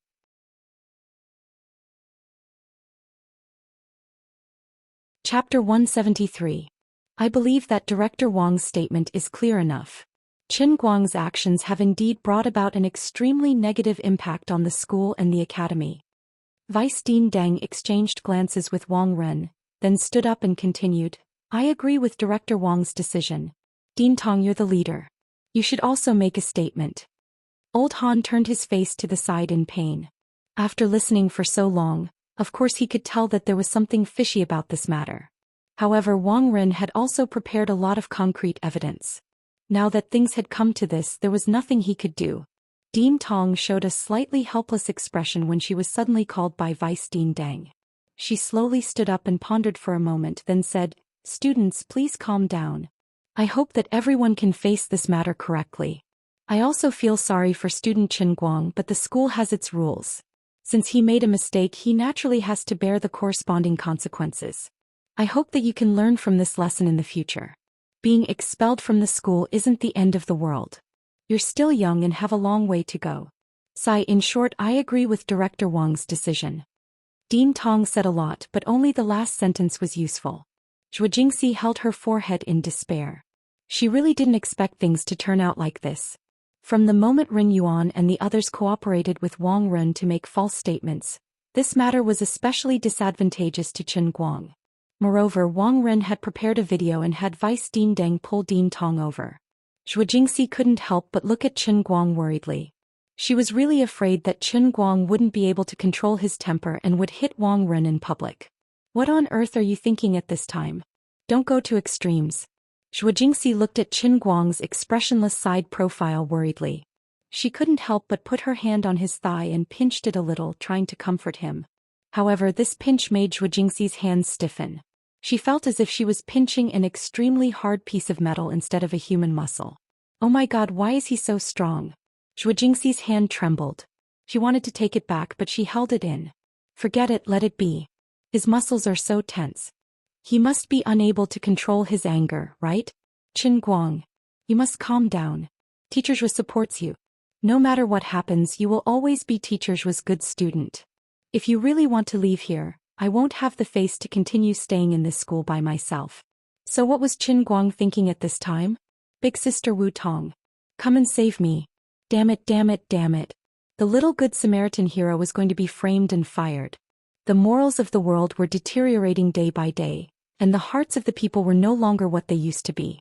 If this continued, the country would no longer be a country. Wait, Teacher Zhou, at such an important time, your hand is a bit impolite. Holy shit. She reached out her hand. What was she trying to do? Teasing me? At this time? Oh my. So exciting. I'm so nervous. What if someone saw it? I was so nervous that I was stiff.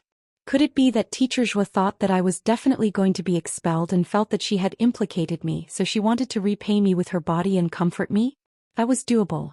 Oh my god. She actually pinched my thigh. Gee, num, it was too exciting. I thought of the Japanese movies that I had hidden away. Hot teacher. Honeyed public teasing. Mysterious code QD3682207. I'm going to get on the car. Goodbye, students. I can't. I never thought that Teacher Zhou was actually this kind of person. I really admire you too much. But now is not the time. This is in public. Please don't be like this. I'm a decent person. If there's anything, let's talk in private in the hotel. Wait. Don't wait. Who is that? Sun Xiaoxuan. At this time, the conference room door was suddenly pushed open. Sun Xiaoxuan was standing at the door, sweating profusely and gasping for breath. Chen Guang was overjoyed and his eyes lit up. You're finally back. Thank God, this is the most important time. Teacher Zhou, why did you take your hand back? Forget it, don't worry about the details, there are more important things right now. My big move has been gathering power for so long I can finally release it. Take my strongest secret technique, pretentious baby summoning technique. Fatty Wang. It's going to be thick. My pretentious baby.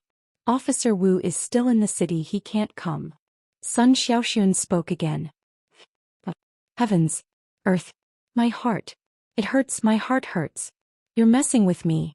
But there's a leader here who said he's also in the public security system, a colleague of Officer Wu, and can represent the armed police officer to deal with this matter. He will definitely clear your name. Sun Xiaoxuan spoke again. Chen Guang didn't want to talk to her anymore. His poor little heart was repeatedly injured. He needed a nanny to heal it. But just as she finished speaking, a middle-aged man appeared behind her, smiling faintly at the crowd in the conference room. Chen Guang's pupils shrank. Oh my, this gentleman looks very familiar. That's right. Isn't this the Wu Shan who often appears on TV, the one I used to forcefully establish a relationship with Wu Tong and scare Pan Jiang? Faster thief. It's actually him. Could it be? I really hit the jackpot. I was walking on the road, singing, and casually recognized a cheap godsister, who turned out to be a legitimate second-generation official. I feel like my magic power is too strong. I just wanted to summon Wu Tong's pretentious baby, but I actually summoned the big boss behind her father. My heart is so tired, Sister Xiaoxuan, can you not speak with such heavy breaths? The ups and downs of life came too fast and too violent.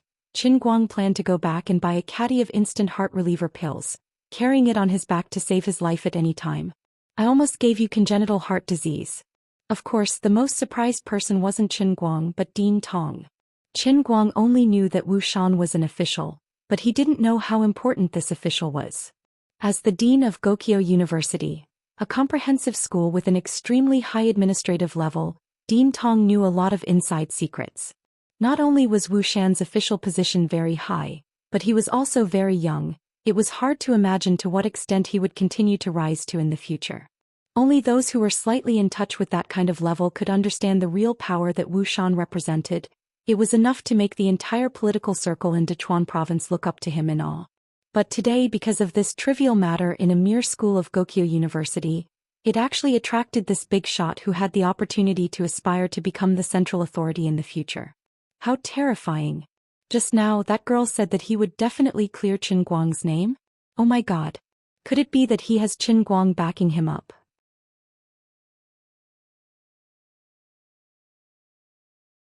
Chapter 174. Dean Tong even felt his legs turn to jelly. He didn't think he had done anything wrong, but when he first saw Wu Shan he thought of the enormous power behind him. This was the subconscious fear and admiration of the insignificant among those in power when facing the real power. He stood up from his chair, so nervous that he didn't know where to put his hands. Obviously, among the people present, only Qin Guang, who happened to see Wu Shan on TV, Dean Tong recognized Wu Shan's real identity, and he knew more than Qin Guang. Wu Shan wore an indifferent smile on his face. He didn't reveal his real identity to Sun Xiaoxuan, only saying that he was Wu Tong's colleague. As soon as he saw Dean Tong's expression, he knew that he had been recognized. Having been in the political world for so long, he had a natural super memory for people's faces.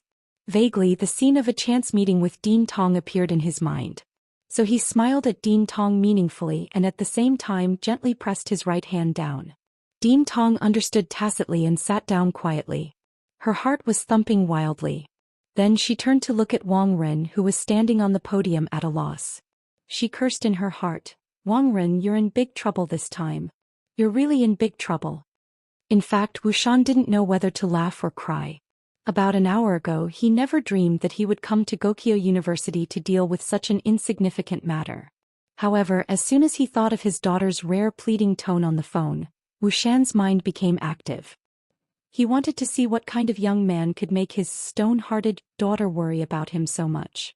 Wu Tong's abnormal behavior at the Wenxing Town Branch Bureau that day, as well as her encounter with Qin Guang in the city, and how she told Wang Long and other colleagues to leave first, while she stayed to chat with Qin Guang in the middle of the night, were all secretly spread to Wu Shan's ears. "Who are you? Get out. You're not even wearing a police uniform, how dare you pretend to be a police officer? Public security system? I think you're a liar system." Just as Dean Tong sat down on the chair, Wang Ren, who was on the podium, slammed the table and said fiercely to Wu Shan, who was about to enter the door. Wu Shan was stunned for a few seconds. It had been 20 years since someone of his status had spoken to him in such a tone. He was also caught off guard. Dean Tong, on the other hand, looked as if her buttocks were on fire. She stood up straight again with trembling hands and a face full of terror. She looked at Wang Ren as if she had seen a ghost. 10,000 alpacas whizzed through his mind. "Oh, my seventh granduncle, can you let this idiot Wang Ren be struck to death by a bolt of lightning from the heavens?" On the other hand, Qin Guang covered his mouth and hid his face under the table. "Holy shit. Wang Ren, just because of your domineering attitude, even if I hate you so much that I want to strangle you to death, I still have to call you brother. I have only one word to express my appreciation for your courage and dominance. Do you see the palm-sized word 'convinced' on my face? I can't hold it in any longer." Unknowingly or intentionally, Qin Guang tilted his head in Zhou Jingxi's direction. He swung his head down and laid on Zhou Jingxi's thigh. Zhou Jingxi had no idea what had happened. Her attention was also attracted by Wu Shan at the door, but she only caught a glimpse of him. She thought that Sun Xiaoxuan might have really called the police, but it might not be able to change Qin Guang's fate today. After that, Wang Ren unleashed her might once more, but Qin Guang had pounced onto her thighs and buried his head in it. His shoulders were constantly shaking like an electric motor. Zhou Jingxi thought that he had broken down and cried bitterly because of Deputy Dean Dang and Dean Tong's final stance. She sighed in her heart, and a touch of sadness and pity welled up in her heart. It's all my fault. I've implicated you and made you suffer. Zhou Jingxi gently placed her hand on Qin Guang's back and patted it gently. She said softly, "Don't be too sad. Everything will get better. If this place doesn't want me, there will be a place for me." Qin Guang was in too much pain from holding it in, and Zhou Jingxi's misunderstanding deepened his pain. He really couldn't hold it in anymore. Since he was already lying in this position, he simply patted Zhou Jingxi's thigh again. He moved his nose closer and smiled painfully. His nose twitched as he sniffed the faint fragrance on Zhou Jingxi's body. He didn't know where it came from. On the other side, Wu Shan quickly calmed down after a short moment of confusion. He couldn't be suppressed by a mere fatty Wang. "Wang Ren, you shut up. Apologize to Officer Wu." Wu Shan didn't even need to speak. It was Dean Tong who showed his power first. He was also a smart person and knew that Wu Shan didn't want to reveal his identity, so he simply addressed him as Officer Wu. Wang Ren was stunned and looked at Dean Tong in a daze. He didn't know if the Academy's #1 had taken the wrong medicine or what. Dean Tong had already squeezed Deputy Dean Deng away with lightning speed and rushed out. She made her way to Wang Ren and raised her hand to slap Wang Ren's head again. "Didn't you hear what I said? Dean Tong. What happened to me?" Wang Ren was still a little confused. On this side, Wu Shan had already walked up with that indifferent smile on his face. He lightly patted the agitated Dean Tong's shoulder from behind. Dean Tong hurriedly turned around, but Wu Shan smiled at him and said, "As a public official, it is indeed my work mistake to forget to bring my identification when I go out for work. I will definitely pay attention next time. But since I'm already here, I also brought some documents with me. They all have the stamp of Wenxing Town branch, so they should be able to prove my identity." Dean Tong seemed to want to say something, but Wu Shan had already turned his head to Wang Ren, who was at the side of the podium, and took a step forward to the main podium. Seeing that he really didn't want to reveal his identity, Dean Tong also knew that his overreaction would arouse suspicion. He hurriedly turned around and glared at Wang Ren. "Get out of the way. Let Officer Wu speak." Of course, Wang Ren didn't want to give up his position just like that. This Officer Wu was brought by the girl named Sun Xiaoxuan. He didn't even need to think to know that she was definitely here to support Qin Guang. There was no reason. Didn't Wenxing Town branch not confirm that Pan Jiang committed poisoning? Then his method of backing him up would not be able to hold his ground. But he had no choice but to give up. Although he was reluctant, he still stood to the side with a livid face. He thought to himself, "I'll see what tricks you can come up with." At this time, Sun Xiaoxuan had already sat down next to Qin Guang. Seeing that he was still lying on Zhou Jingxi's lap, she quickly patted his back. "Qin Guang, hurry up and get up. Officer Wu is about to say something." Qin Guang didn't dare to let Zhou Jingxi find out that he was laughing like a maniac while taking advantage of her at the same time. He touched his face. Wow. I laughed so hard that tears came out.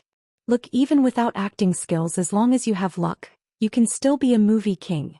Forcing his face to be serious, Qin Guang slowly sat up straight. Zhou Jingxi's face was slightly red after being toyed with by Qin Guang for so long. She didn't dare to look at him for too long. She only glanced at him from the side, then turned her head back to Wu Shan, who was on the podium.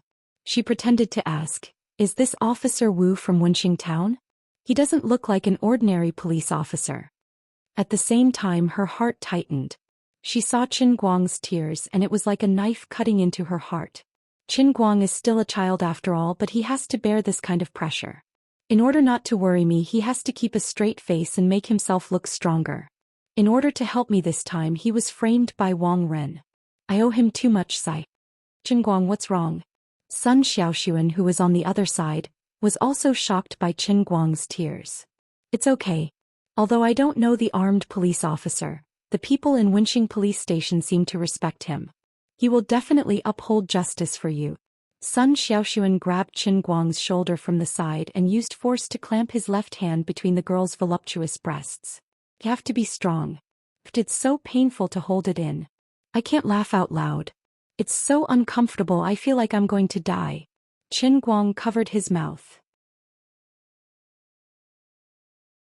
Woo woo woo woo. Thank God. On the podium, Wu Shan finally got down to business, immediately attracting everyone's attention.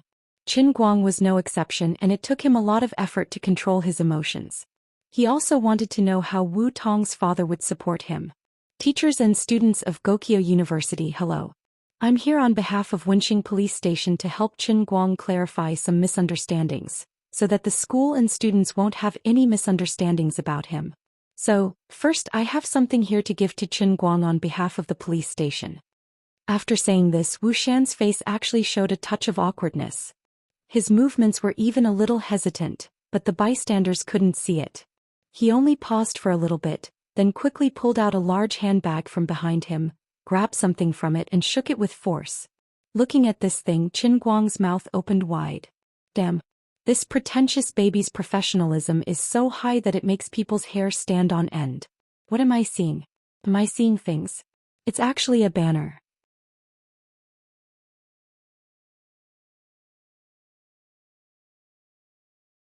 Chapter 175. Staring blankly at the huge banner, Qin Guang realized that it was actually embroidered with gold thread from right to left. Gift, Student Qin Guang. Courageous act, virtuous character. Wenxing Branch Bureau. Qin Guang's eyes widened. He thought to himself, I'll give you 99 points for this prop. A full score of 100. I'm afraid you'll get arrogant if I give you 1 point less. I'm really impressed. It hasn't even been half an hour since I sent Sun Xiaoxuan to inform the people, and you've already prepared a banner for me. Looks so classy. This efficiency, this thought, you're indeed the big boss in the world of pretentious props. How did you do it? It's actually embroidered and not painted. In fact, Wu Shan was also quite embarrassed, but he didn't show it on his face. He smiled and said, some people might be confused. Why did I give this banner to student Qin Guang? I have to start from a previous case. Then Wu Shan talked about Pan Zhang's attempted rape case from beginning to end. Of course, he avoided Pan Dehai's subsequent case. While talking about these things, Wu Shan also showed the case closure notice, Pan Zhang's confession and other documents. Every document was stamped with a red seal. Pan Zhang's handprint was clearly stamped on Pan Zhang's confession. In fact, Wu Shan was also very embarrassed. He was speechless towards his daughter. The size of the slap was just a small matter. This brat had acted bravely for a just cause, but he had also beaten up the criminal suspect so ruthlessly. It was already good enough that he was not sentenced to excessive self-defense. Yet she had actually secretly made a silk banner and planned to secretly give it to this brat. What was going on in that little head of yours? Moreover, since when did the police give a banner to someone else? Wasn't it always others who gave it to the police? Even if someone did act courageously, it should be the victim who gave it to the hero. Why did the police come to scare him? Fortunately, you weren't completely stupid.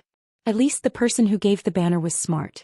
He only wrote, Wenxing Branch Bureau, ambiguously and didn't really mark the full name of the police station. If he were to embarrass himself in the future, he could argue that it was Qing Wenxing Town's Health Bureau or Education Bureau. Although Wu Shan felt awkward, he still managed to speak in a clear and coherent manner. During this period, Wang Ren tried to interrupt him several times, but he was stopped by Dean Tong's fierce glare. The more Wang Ren heard, the worse he felt things were. But now that it had come to this, he seemed to be powerless to stop it. No matter how much unwillingness and resentment he felt in his heart, it was useless. Wang Ren, who was sitting next to Deputy Dean Deng, clenched his fists tightly. Every word that Wu Shan said and every document that he listed was destroying everything that he had painstakingly arranged today. He really couldn't figure out what went wrong. He had already asked his acquaintances from the Wenxing branch for information. But why did it end up like this? That acquaintance had known him for many years. There was no need for him to lie to her about such a small matter. But these red-headed and black-lettered documents, those exquisitely crafted silk banners sewn with golden thread, and Pan Zhang's personal thumbprint of his confession, what the hell were these? Are you kidding me? What's in it for you to make fun of me? I want to expel Qin Guang, but you actually gave him silk banners. Xiao Wang, don't be impulsive. Now that it has come to this, Let's just forget about today's matter. There's still a long way to go. He's just a student. As long as he stays here, won't you have plenty of opportunities to deal with him in the future? Deputy Dean Deng patted Wang Ren's shoulder and whispered in his ear. Although after saying this, Deputy Dean Deng's eyes briefly flashed with disdain, he immediately hid it. After Wu Shan finished speaking, he directly walked off the podium. He didn't do anything else and just handed the silk banners to Qin Guang. Qin Guang stood up and squeezed out a happy and excited expression. He took the silk banners with both hands and thought to himself, although I've been a good person for almost half of my life, this is the first time I've given someone a silk banners. Although he felt that the silk banners didn't come from a legitimate source, he still felt pretty good. No wonder there are so many people in this world who like to be a good person. In fact, everyone wants to be praised. Not bad, young man. If this world could have a few more young men like you, it would be a better place. Wu Shan laughed and praised Qin Guang. As he spoke, he looked him up and down. This uncle's eyes have a lot of meaning. Damn, could it be that someone in Wenxing town gossiped to him and said that Wu Tong and I had an affair? From Wu Tong's point of view, there might be some signs, but from my position I don't have any such thoughts. Uncle, don't be like this. Your line of work is very particular about matching social status. Please don't fall for me. Thank you, Officer Wu. Thank you. I will definitely strive to be a good citizen and live up to this silk banners. The guilty Qin Guang avoided Wu Shan's piercing gaze and nodded repeatedly. Fortunately, Wu Shan shook his hand again and left with a smile. He didn't stay any longer and didn't try to find out the relationship between him and Wu Tong. Watching Wu Shan's hurried back, Qin Guang let out a long sigh of relief. I passed. What am I afraid of? Wu Tong and I are obviously very pure. Qin Guang. That was great. I knew it would be okay. You're innocent. Sun Xiaoxuan finally couldn't hold back his excitement. He stood up from his chair and shook Qin Guang's shoulders with both hands. Qin Guang laughed as he pinched the words on the silk banners. Damn, it really was sewn on. Miraculous skill. Terrifying miraculous skill. In less than half an hour. This is too unscientific. The other students in the environmental sciences class were also excited. Only Ren Yuan and his friends who were sitting in the corner had extremely ugly expressions. At this moment, Ren Yuan and his friends couldn't tell whether they were relieved or regretful. After all, Qin Guang couldn't be expelled and he would even be commended for this. But how could they continue to stay in this class? Was he trying to argue that they really didn't know anything? Would others believe it? Zhou Jingxi was still sitting in her chair, watching Sun Xiaoxuan jumping and shouting with Qin Guang in his hand. She smiled, but she thought in her heart that she actually envied Sun Xiaoxuan, who was his classmate and could be so presumptuous to him in public. My God. Zhou Jingxi, what are you thinking? Qin Guang is your student. Wang Ren. You can leave later. Just when everyone was celebrating, Dean Tong's voice suddenly sounded from the front, and it carried a fury that was difficult to suppress. Everyone turned their eyes to the door and saw Wang Ren standing there with a livid face. It seemed that he was about to lose control of his emotions. Dean Tong, I'm not feeling well. Next, it should be the time to commend Qin Guang for his bravery, right? Dean Tong, Deputy Dean Deng and Deputy Dean Han are here. Can I ask for leave and go back to rest? Unexpectedly, Dean Tong said, No, you Wang Ren, owe Qin Guang an explanation for this.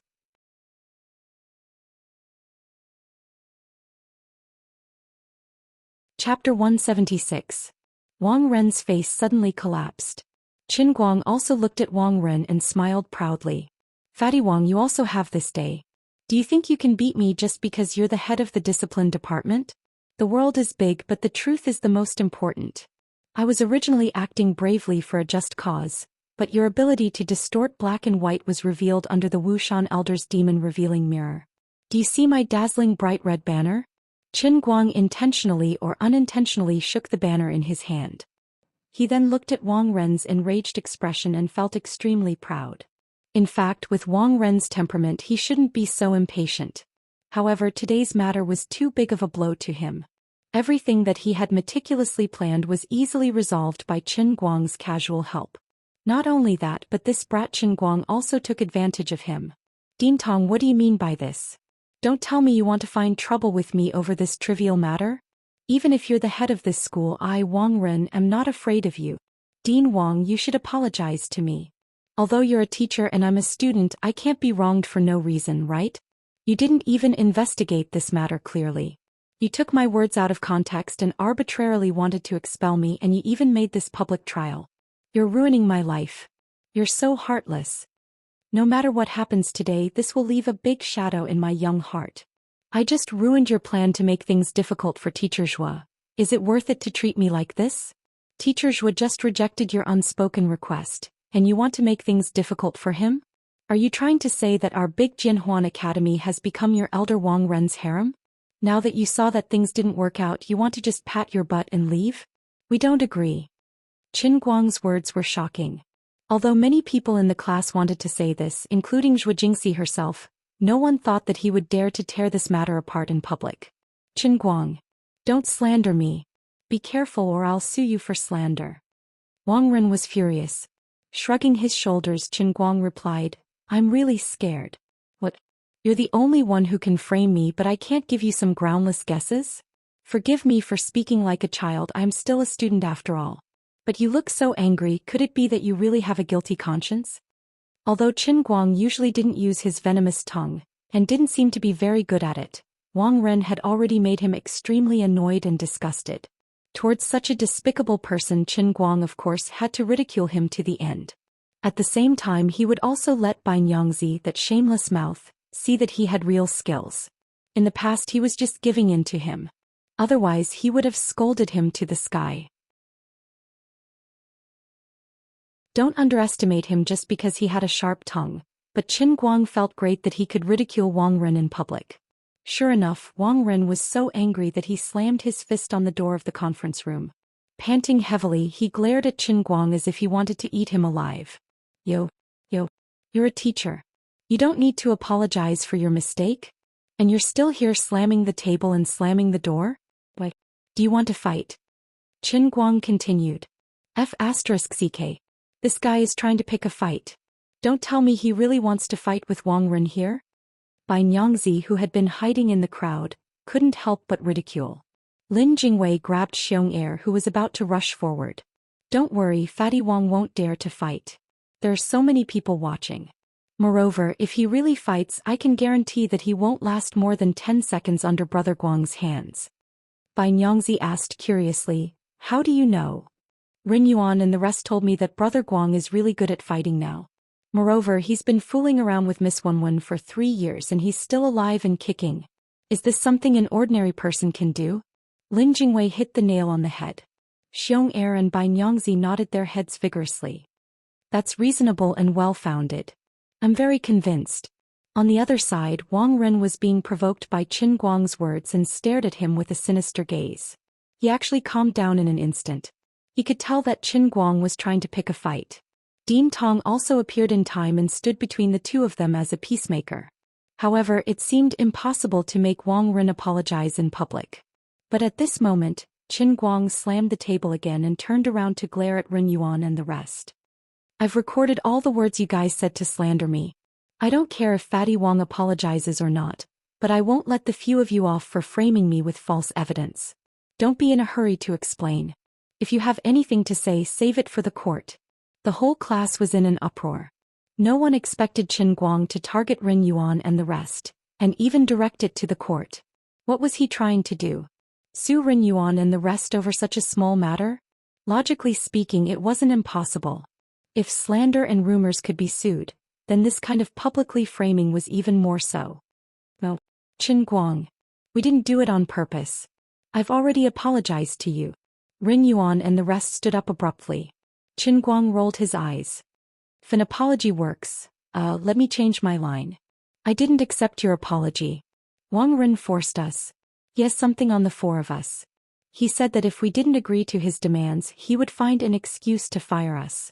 Of course we know that Pan Jiang drugged Sun Xiaoxuan. We knew from the beginning. He showed off to us before he did it. Even the private room in Zhou Xian was booked by me. Ren Yuan finally said this. Fatty Wang. You're the head of student affairs. You've done a good job. Twisting the truth and using your power to coerce a student into giving false evidence to frame another student. I've already recorded everything that happened in this meeting room with my phone. I'll send it online and see how you explain it. Let's see how the netizens view such an interesting matter. As Qin Guang spoke, he wanted to pretend to reach for his phone. His pocket was empty. How could he fail to bluff others? Damn my heavenly states popcorn 4S. I've recorded it. I've been recording it since the end of class. Lin Jingwei, who was at the back of the classroom, raised his hand up high. In his palm was an expensive new DV. He was indeed the considerate and reliable Lin Pingji. Oh no, little Lin. Qin Guang gave him a thumbs up. Wang Rin. It's a shame for the school to have an administrative staff like you. Dean Tong, this matter is too vile and must be dealt with strictly. Otherwise, how are we going to convince the public and manage the school in the future? Old Han finally found a chance to rise up. As he said this, he intentionally leaned towards Wang Ren's backer in the school, Deputy Dean Deng. Deputy Dean Deng painfully turned his face to the side and didn't know what to say. He didn't dare to follow others and step on Wang Ren's head. He also didn't dare to go against the truth and everyone's anger to protect Wang Ren. He only had a headache. Wang Ren might really go overboard this time. As expected, after a slight hesitation, Dean Tong walked up to the podium. First, she used the blackboard brush to slam the table heavily to make everyone quiet down. Then she turned to look at Wang Ren, who was standing at the door with a blank expression and suppressed anger. She said, "Today's matter has become like this. As the dean, I have some responsibility too. It's my negligence that allowed Wang Ren, this black sheep, to mix around in the school. Luckily, it's not too late to mend the pen after the sheep are lost. In view of Wang Ren's serious violation of the rules, I hereby announce that from now on, Wang Ren will be suspended from all his duties in the school. And report this matter to the higher-ups."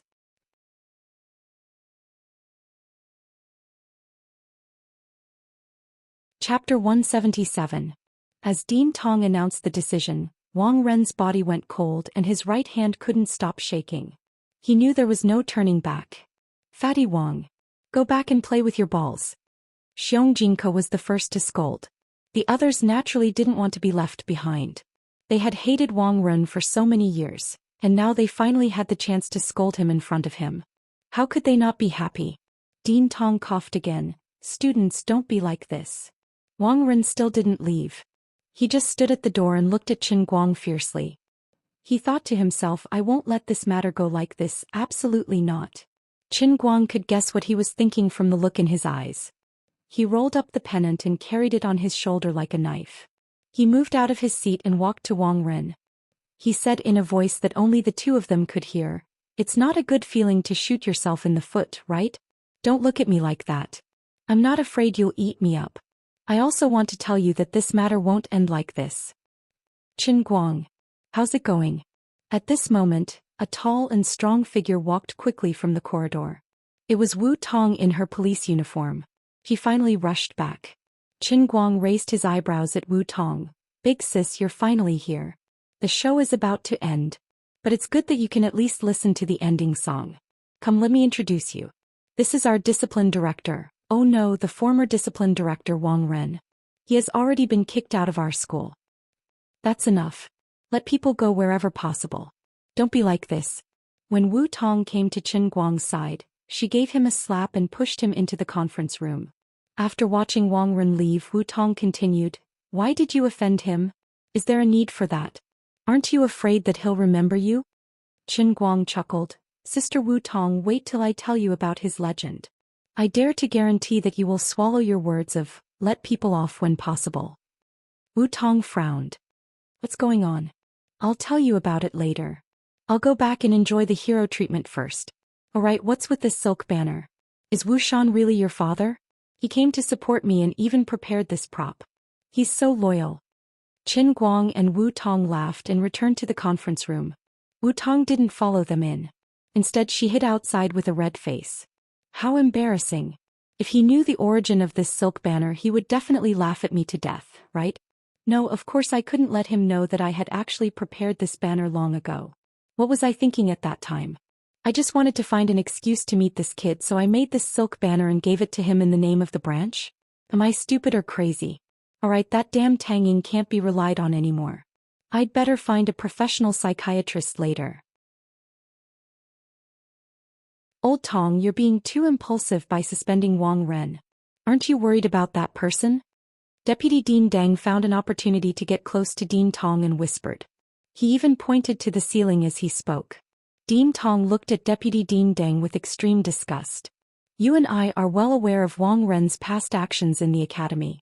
It's just that we haven't found any concrete evidence against him. With that person and you, the deputy dean, backing him up, he's been living a carefree life. I thought that he would restrain himself after that incident, but now he's plotting against Xiaoxia. Why, Dean Deng, do you still want to continue protecting Wang Ren and turn our academy into one of his palaces and 6 courtyards? If it weren't for the fact that I don't have that authority, and you're also a veteran of our academy, I would have suspended you as well. Deputy Dean Deng's face stiffened. He didn't expect Dean Tong to be so impolite. From what he said, it seemed like he wanted to shed all pretense of cordiality with Wang Ren's protective uncle. Where did you get your courage and confidence from? What's wrong with this world? Have you really made up your mind? Deputy Dean Deng asked again, unwilling to give up. Dean Tong had already turned her face away. She couldn't be bothered to look at him, but her heart was filled with disdain. Of course I know that expelling Wang Ren will offend someone. But no matter how influential Wang Ren's uncle is, can he be more influential than Wu Xian? You're a frog at the bottom of a well. I'm waiting to see you drown. I hope that when you go back you'll watch the provincial news programs. Pay more attention to the actual situation. Otherwise, would you still be here wasting your saliva on me? After causing a commotion in the conference room, Qin Guang gave out the commendation and comforted Zhou Xian. He even had to deal with the White Snake's 3rd grandson, who was trying to ruin his plans.